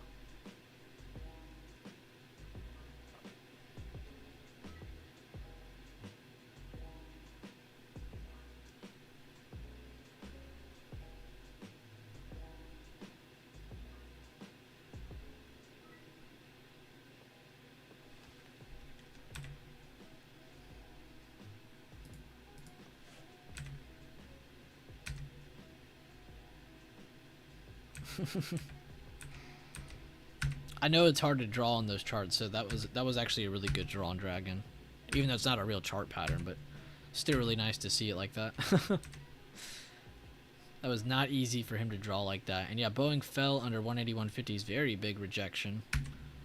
Boeing wanting to come back into the range again. If you go back out to the daily, if they break this 179.30s, they will be back in this almost 15-day range.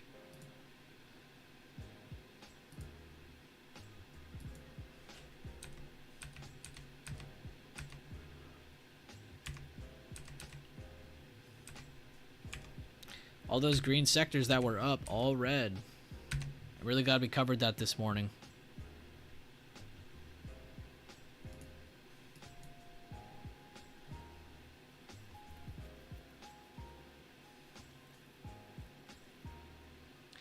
What's y'all's favorite types of entry? We have the 40%, the 80%, and the buy the dip after the base build. Out of those three, which one do you guys like to limit yourself to the most?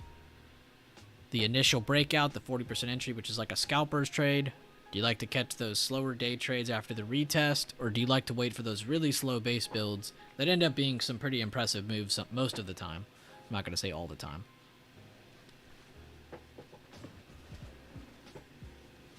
But what's the type of entry you guys like to limit yourself to? What's your favorite entry out of those three?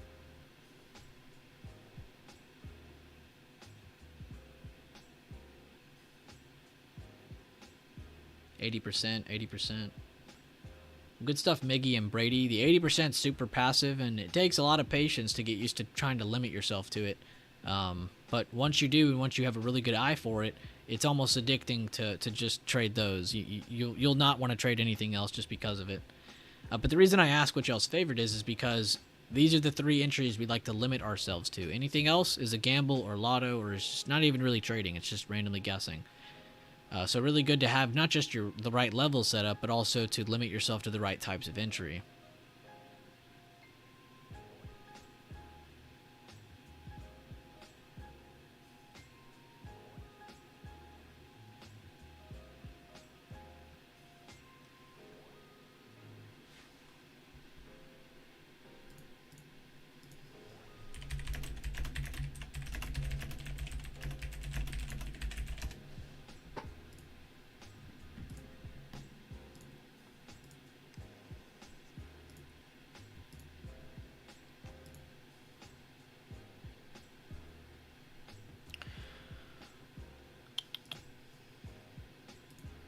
Alright, let's check out some trade reviews. My boy Noxta just posted. I don't know if he's in stream or not, but I still want to go over his trades.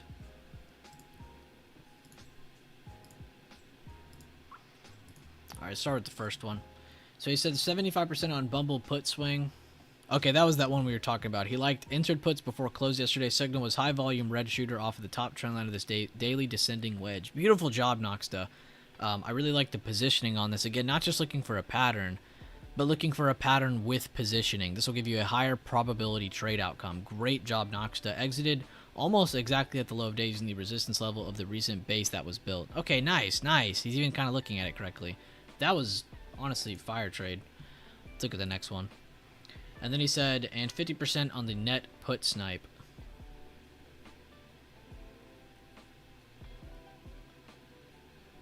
Okay, so he liked it as it was breaking support with volume. Entered net weeklies yesterday for a snipe before close off a big red candle with increasing volume. The key was that it closed just under the recent swing low from 3 days before. So a bit risky because it's already exited, but that's a bearish kicker, a very strong candlestick, and it made that new low. So really good job, Noxta, getting 2 swing plays on that. Beautiful job, bro. I'd say Bumble's still my favorite one. And then he said small SPY day trade. Saw a breakdown through the level with rising volume. I entered on the quick pullback to the level it broke through and exited at my next level. Super quick 20%er. It's okay, so he was just in for a quick scalp, in and out, all within the next, all within 10-15 minutes. Beautiful job, man. Honestly, that Bumble trade though, I gotta give him props on that one. This was beautiful.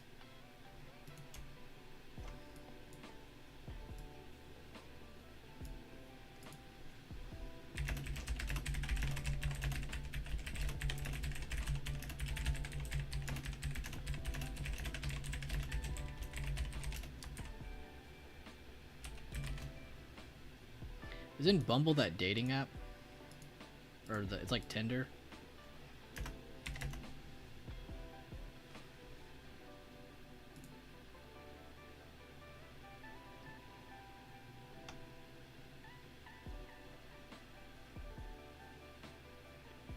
Still listening as I'm getting ready to head out. Well worth the listen. Even when I'll be driving, and out of respect for you and your audience, I'll refrain my lotto label for those weekly plays that I make. Totally fine. If you make it clear that you're doing that, totally fine. Sandollar, be you, be comfortable. But thank you for the comments. I appreciate you. Bumble, yep, where the women are in control. Is it really like that? That's funny. I'm gonna reply to him though, because that was a beautiful trade.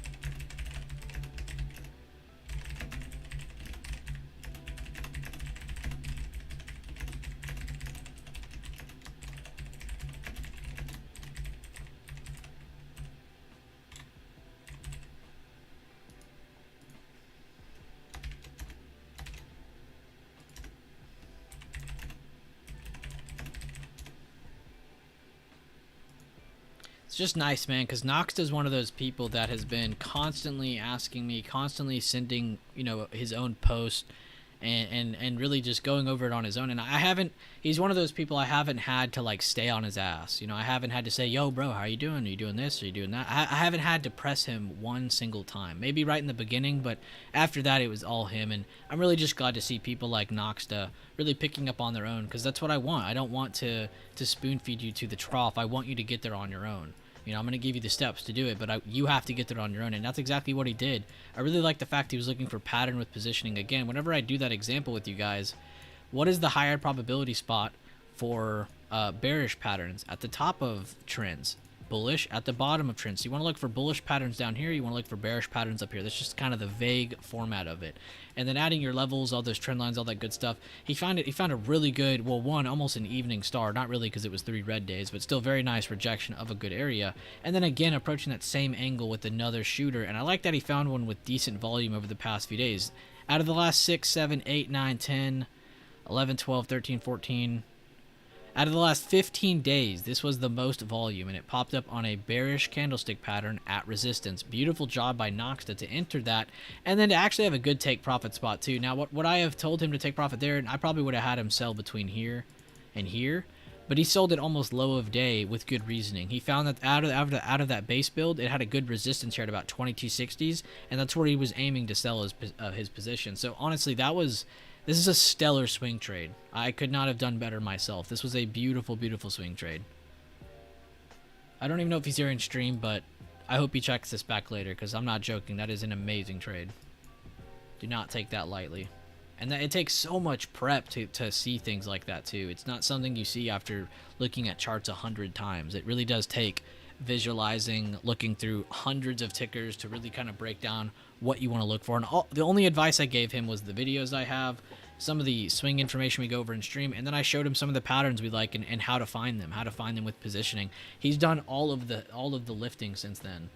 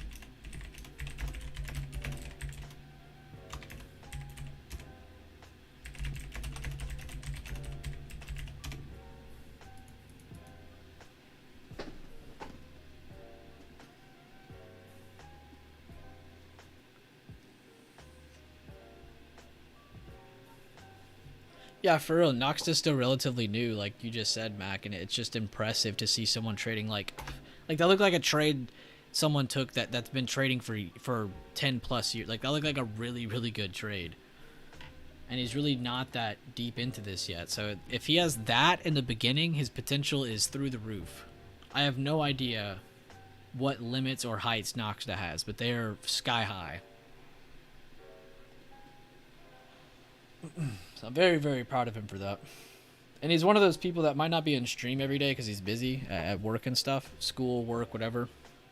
But he's just so here all the time. Like he's always in chat, he's always engaging, interacting, and it's always those people that grow the most, the ones that interact the most, but also visualize as much as they possibly can while still attending their normal daily schedule.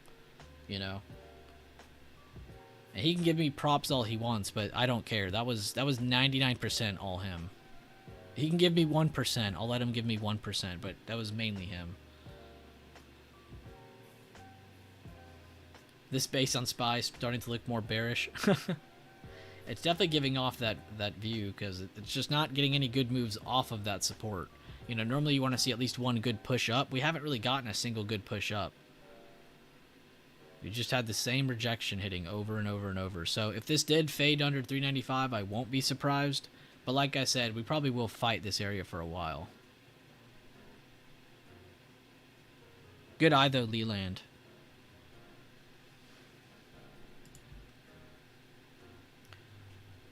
Okay, now this is one I have to bring on stream. I can't just open this up and read everything. But couldn't have done... Oh, wait, that's Noxta. Look at my heart. Alright, so let's start from the top on this one, guys. This is the guy I was talking about, everybody. This is probably one of the best traders around me. But he says, Tesla scalp, one contract with small account, 16%. This is what I was talking about. Sometimes when we trade our big account too much, we love to come back to our smaller account and just kind of humble ourselves and take passive trades. So let's read this. But he got 16%. Background note, I had a morning meeting, so I missed the great move down off today's off open.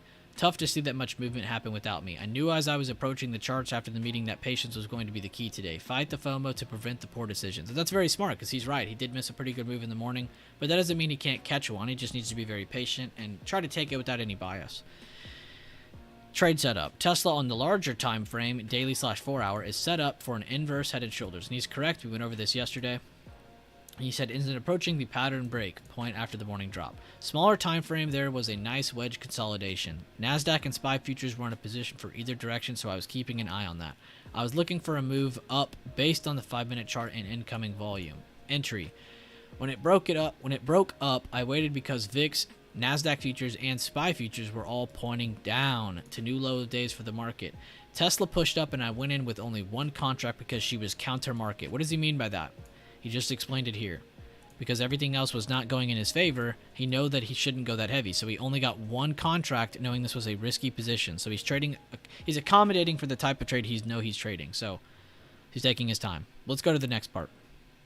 Trade plan adjustment. Because I only got one contract and Tesla wasn't being supported by the markets, I had to adjust my trade plan to be a scalp off the top of the pattern and give up the larger move. That I was anticipating given the larger time. So he wanted to get into the bigger time frame trade, but since it was counter market, he went light and he was going to take it a lot quicker just because he knows what's happening around the market. Stop loss. At first I set my stop loss at minus 10%, but as soon as we got this first push up, I kept fluid as the futures were still not pushing up. Trade management. I identified several important levels as I was looking for a move against the market. See the chart labels, and we'll go over that here in a second. SPY was getting new low of day while Tesla was sitting on my need to hold level. I typed these levels out on my chart while I was trading to help me manage properly. As soon as Tesla pushed up from that level, I relaxed a bit and moved my stop loss up to break even. So instead of minus 10%, if it goes back down, he'll be flat. I knew if we lost this level now, I wanted to be out of this trade. Since I only had one contract, I wanted to hold for the top of the consolidation and then cut it instead of riding the EMAs or holding for a push through the 180 to 181 range, which would need consolidation time. See how he knows that? He's always kind of adding in these side notes to remind himself, okay, this is what's actually happening, and here's my thought process. Exit. After the push off SPY's low of day, it was an easy trade. Green candle after green candle directly to my target price, which doesn't happen all the time, so he knows that he's being blessed. Assessment. This was not the high probability trade that I look for given how VIX, NASDAQ futures, and SPY futures were moving. However, it was a low downside risk trade since I was able to keep a tight stop loss before the trade plan would be invalidated. So he understands the risk, he understands his plan. For example, if Tesla would have dropped when NASDAQ and SPY futures dropped to SPY's low of day, I would have been out for a minimal loss. Easy decision play. Since it held the need to hold level, I knew I was good to go. So let's look at his chart now. So he talked about entry, and this is the buy the dip setup, guys. If you don't know what this is, check out the YouTube channel. I'll show you real quick where all of this is. But this is essentially what he did on his own, of course. So I'm not saying he did it straight from this video, but this is the type of information we look for. Base build buy the dip strategy. Make sure you watch all 5 of these. Take time to go look at some of your own. I also talked about it in Workshop 11. But basically, you want to look for a low and a second low or a higher low to give you a base build. Then you look for rising volume buyer moves out of that base build. So we already had one decent move. It held that low again, it pushed up again, made that rising volume. You can see he highlighted his volume, circled his entry, and then he took profits into the known consolidation period. Could he have held longer? Yeah, easily. But he wanted to be passive since he only had one contract. If he had multiple contracts and he had the market move with him, he would have been in more contracts and he'd be trimming up into this spot right now. So good, not just market awareness, but self-awareness, positional awareness. That's very rare to see in somebody. I need to add a fire emoji to this one. And then he breaks it down. That was the, what was this, the 5-minute? This is the 15-minute. Wait. Yeah, no, this was the 5-minute. I was right. Go over to this chart. He's on the 1 minute, showing us everything. And then you have the chart on the 1 minute with his contracts. You can see cost of entry, cost of exit. And you can see why he liked it, too, on the 1 minute. So very nice breakdown on the 5 and the 1 minute. And honestly, just nice market and positional awareness. That's very rare to see. Buy breaking down out of that wedge to the downside, 394.20.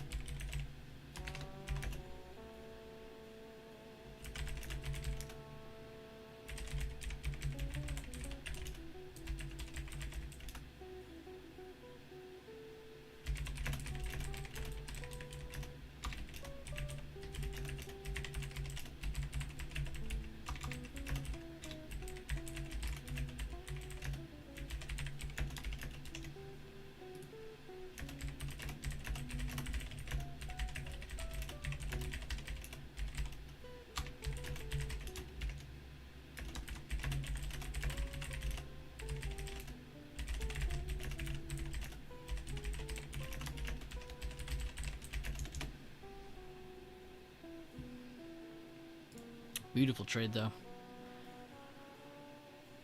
And thank you guys for not interrupting me and just putting blood emojis. I did want to finish reading that, so thank you.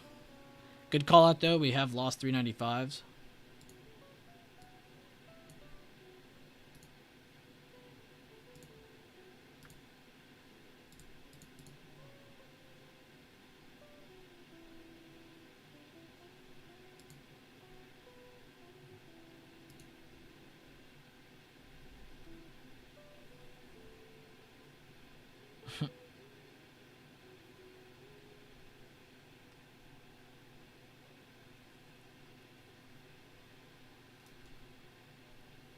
Finally getting a continuation in either direction. Great call out by Leland too, saying that this is starting to look more bearish, and then us also breaking down the fact that we haven't really pushed any new highs here at all. Any good buyer volume, any good buyer candles. Nothing's really popped up even after holding base for so long. I mean, we've been here since 9:40. We're almost 2 hours later. It's a little over an hour and a half later.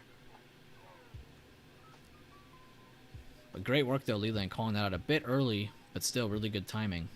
Like I said, this doesn't have to be low of day. We could have a little bit more of a drop, but overall, the downside is limited now because now we're close to all the important supports on the bigger time frame. So I'm not surprised that we have a red day, but I will be surprised if we have another red day that takes us through this trend line. So this is kind of the thing to look out for. I won't be surprised if tomorrow is a green day or if we get a good lower open into a bounce. That's kind of one of the scenarios I'm leaning towards now. But overall, we're going to be an open book. We're going to cover both sides of the story no matter what happens. But definitely watch how tomorrow opens, because if we get a lower open, there's a big chance we get a good bounce day tomorrow.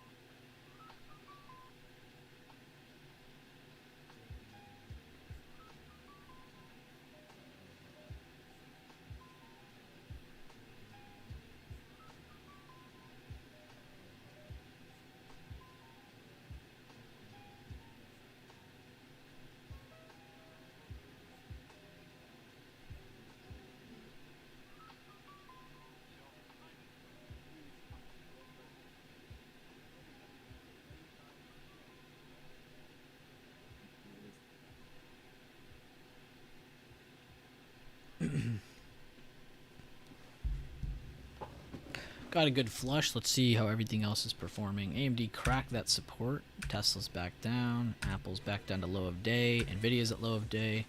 Amazon's at low of day. Netflix back and rejecting 308, so really good chance they want to sit in between the 300-308 range today. Possibly see them close in that range. Chinese stocks still doing decent. Google still basing at low of day. Microsoft made that new low. So we had a couple things move lower, a couple things go back to their low of day for the most part. Boeing is back to that 179, 180 range. We had that one good bounce, and now we're back straight to where we were. So if we end up losing this 179 by end of day today, Boeing will probably have a red day tomorrow, going back down to lower supports based on the bigger time frame.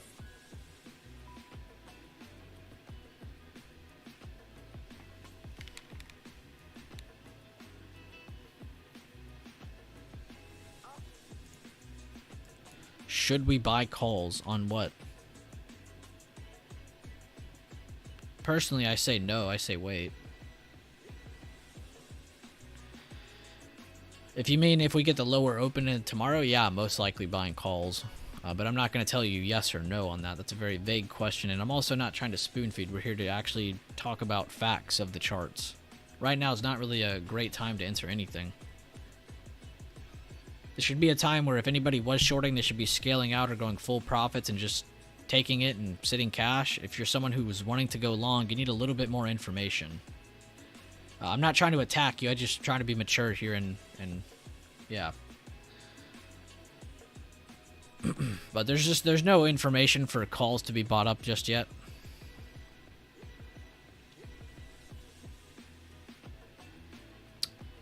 Very happy with the stream though. Today we talked about watching outside of this range today.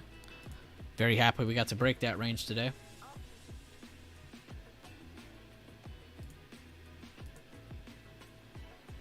What do you know? When you go to the day trading level chart, there actually is a level there at 394. I'm more impressed though. I'm very happy I sat on this chart today, which is normally where I just look at for daily levels, but I wanted to look at less today to hopefully help people visualize a little more, because this does give you less information, but it's still very reliable.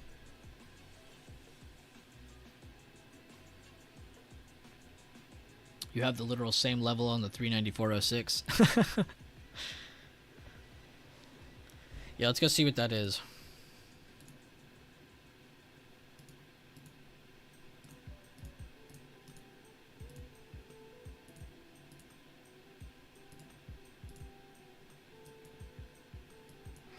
It's an emerging candle from March 12th, 2021.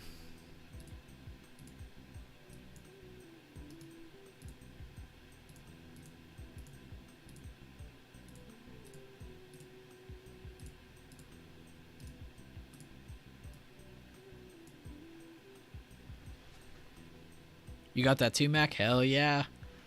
Snap candle for the win. Oh, you have it marked from Wednesday's 30-minute candle?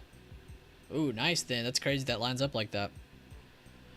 Telling you, man, price history is slept on. People really don't understand how it's so useful. It's like, dude, this is literally what the computers and algos base a lot of their price action off of, is history. It's not based on random stuff. And it's crazy, too, because a lot of computers use average lines, too. Everyone's always like, oh, it's just quotes and stuff. No, it's not. There's also many types of computers that use different types of quants. There's quants that have all kinds of things, all kinds of variables, I should say, that help indicate what they should do when something happens. But a lot of it is still based on price history. Exactly, look to the left. The left is insane. And I don't mean Democrats, I'm talking about the left of the chart, talking about price history. Before anybody switches up my words. But yeah, emerging candles, man, they are definitely something to abide by, something to live by, something to survive by. Emerging candles will literally give you all the information you need levels-wise. And it's crazy, too, that slowly over this year we've adapted to using them on the weekly and even the monthly time frame to help us with the price action on the bigger time frames like the daily or the 4-hour. Yep, algos do use VWAP. And there's different algos. Again, not every algo is the same, but you're correct. But price history is in most of them. That is one constant variable that is in most algos, is price history. You can't ignore what's already happened. That's how you get any of these numbers anyway. Can't ignore the past. Now, will history repeat itself perfectly to the T? No. It almost never will. There's tons of times where price history has helped us indicate what's going to drop further, what can possibly hold, where it possibly go. You know, and I think something that strong of an indication is something that we should abide by and live by, focus on. So if you don't know what the TA routine is, go through the playlist, go through workshop number 11, join more streams, but get really, really good at drawing those levels. Get really, really good. Make a habit of drawing the levels and being able to click them out really quick. Exactly, history rhyme. It might not repeat, but it does rhyme. Good way of putting that. The old famous saying. So, again, and I'm not sitting here saying, oh, guys, algos use this, that means we have to use it. No, it just goes to show how much credibility this system really does have.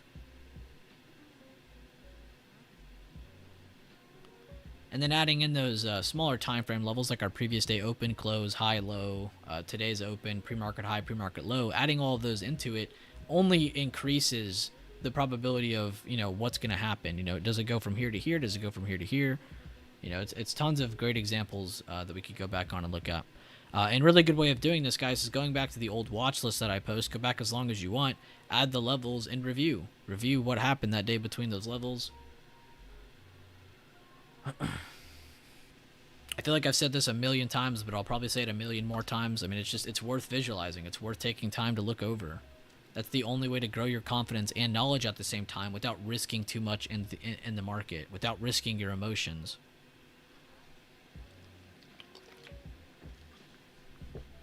Smaller or bigger time frame stick?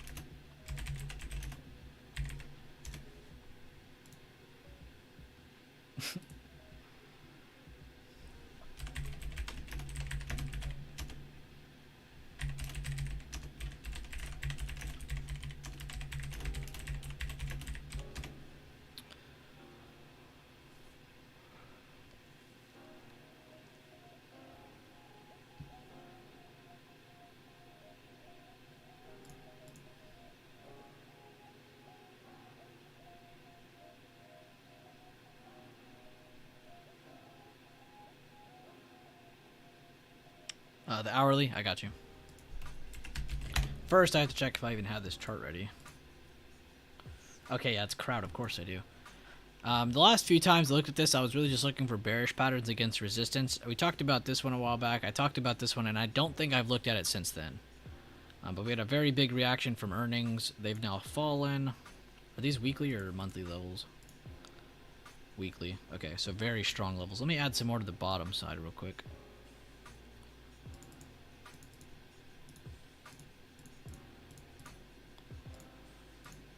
Alright, that's a little better. Oops. You said the hourly. So day-wise, like intraday-wise, this does actually kind of represent what would be a bear rectangle, which will cause more downside.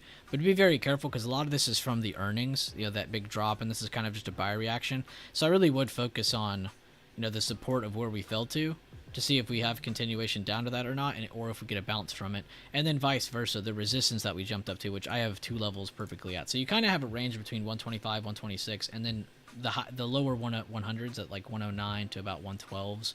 So you have a pretty decent sized range here, about a 12, 13, almost $14 range here. So I would definitely look for calls off the bottom, puts off the top, but be very careful, of course, with market confluence. If the market heads lower, none of this matters. It's going to break that support and break under where they had earnings. But overall, this does actually look pretty good for more downside, in my opinion, as long as it stays under 116.60s. If it can pop back above this, which is not just yesterday's low, but a historical level from the larger time frames on the weekly, then this can get going back to the top side of this range. So kind of keep watch on the not just the top and bottom, but this in between pivot as well.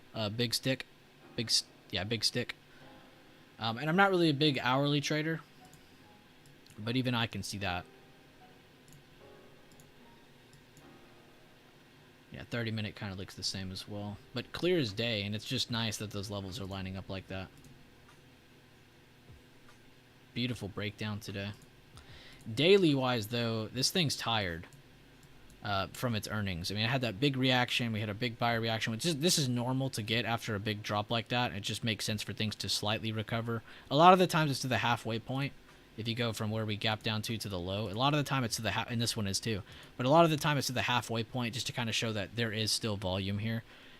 So it's kind of back to square one, really. I'd say this is kind of the last line in the sand for its base before heading down to 100, and then you have that in-between pivot. So keep watch on the in-between pivot. That's probably the most important part of that chart. Even if I go from the daily supply and demand, yeah, there's a huge area of supply.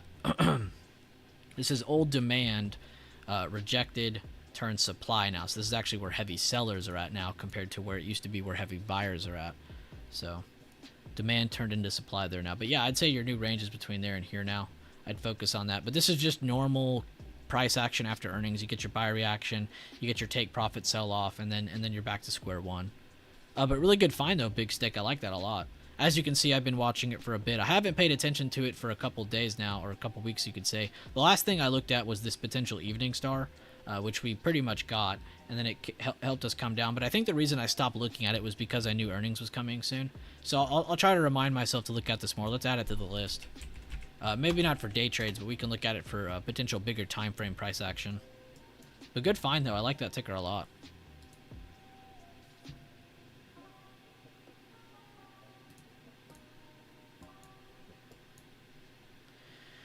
All right, guys, I'm going to do one more breakdown on SPY and everything I think that's coming, and then I'm going to end this stream there.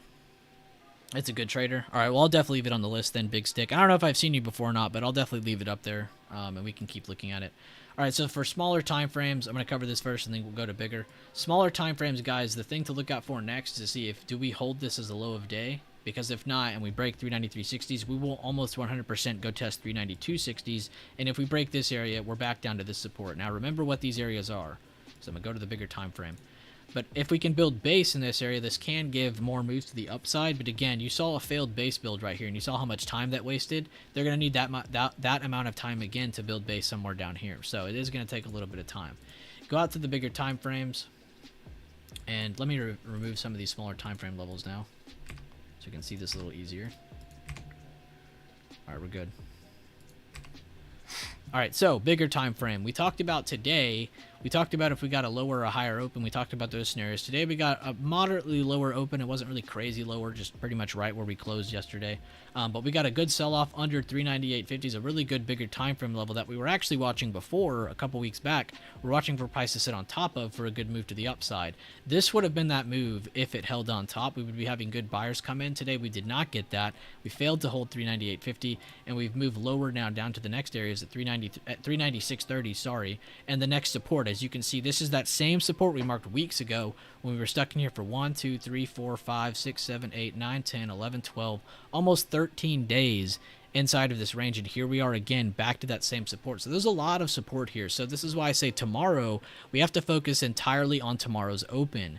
If we open lower, we need to see if they're going to reject this as resistance and continue lower. If we open higher, or just open moderately to the side, we need to hold this area as support to give them that bounce. So pretty much we're looking for bounces from this area or this area until proven otherwise. What do I mean by that? Until proven otherwise means until I see a good seller candle break both of these areas and close under, then we can look for better rejections from underneath and further moves to the downside. But until that is proven, we are still in a slight uptrend since the short covering day and the CPI report, the Jerome Powell meeting. And if you think about it, the only green day we've had since that Jerome Powell meeting wasn't even really a green day. We opened lower and yes, we pushed higher, but we didn't even break past the point that we had the day before. So we haven't really had a green day in multiple days now just because of Powell. So if you think about it, over the past 1, 2, 3, 4, 5, 6, 7 days, we've really only had one true green day. So be careful, and this is what I talked about at the beginning of the week, is that we don't know what direction we're going to go in. This week is basically nothing. So we could trade to the downside, we could get a good bounce, and start and be right back where we started, because next week is when all the big news comes in. So be very careful for the rest of the week, especially towards the second half of this week. I think Wednesday and Thursday are going to be more of a struggle for traders because of how tight we're getting, how compressed price is getting into this corner right now. So you're going to get a lot of rapid moves in this area. But overall, we're going to have to wait till next week for confirmed directional movement. Okay, so we're going to be waiting for Tuesday and possibly Wednesday for more one-directional movement. So up until that point, just try to survive. There's no need to take too many trades. There's no need to sit here and try to take, a million trades and go in different directions just because you think something's going to happen. Focus on the facts of the chart. But overall, the dollar did not play in hand with SPY today. We got a slight green day, but nothing too crazy. They still didn't really pass this, so it's still a good rejection so far. Until they pass this, this is a good thing for bulls on SPY. If they pass this, this will be bad for bulls on SPY. So we have to keep that in check as well, because it'll add more pressure, of course, on the equity market. But that's my thought process on what's going to possibly happen next, what we can look for out level-wise. The watch list was 100% today, basically. A lot of the call-outs today were amazing. I personally called out Amazon, Google. We talked about Tesla. I called out SPY. We had a lot of members call out other tickers that we had either on the list or on their own list. Again, I'm not really focused on just my plays. I love getting the feedback from you guys and seeing what you guys are taking control of. But again, leave a like on this stream. Share this with your friends. Seriously, I want to spam this out to as many traders as we possibly can. These are public streams for anyone to view. So share them to your friends, traders that you're aware of, Twitter, Discord, Instagram. I don't care where.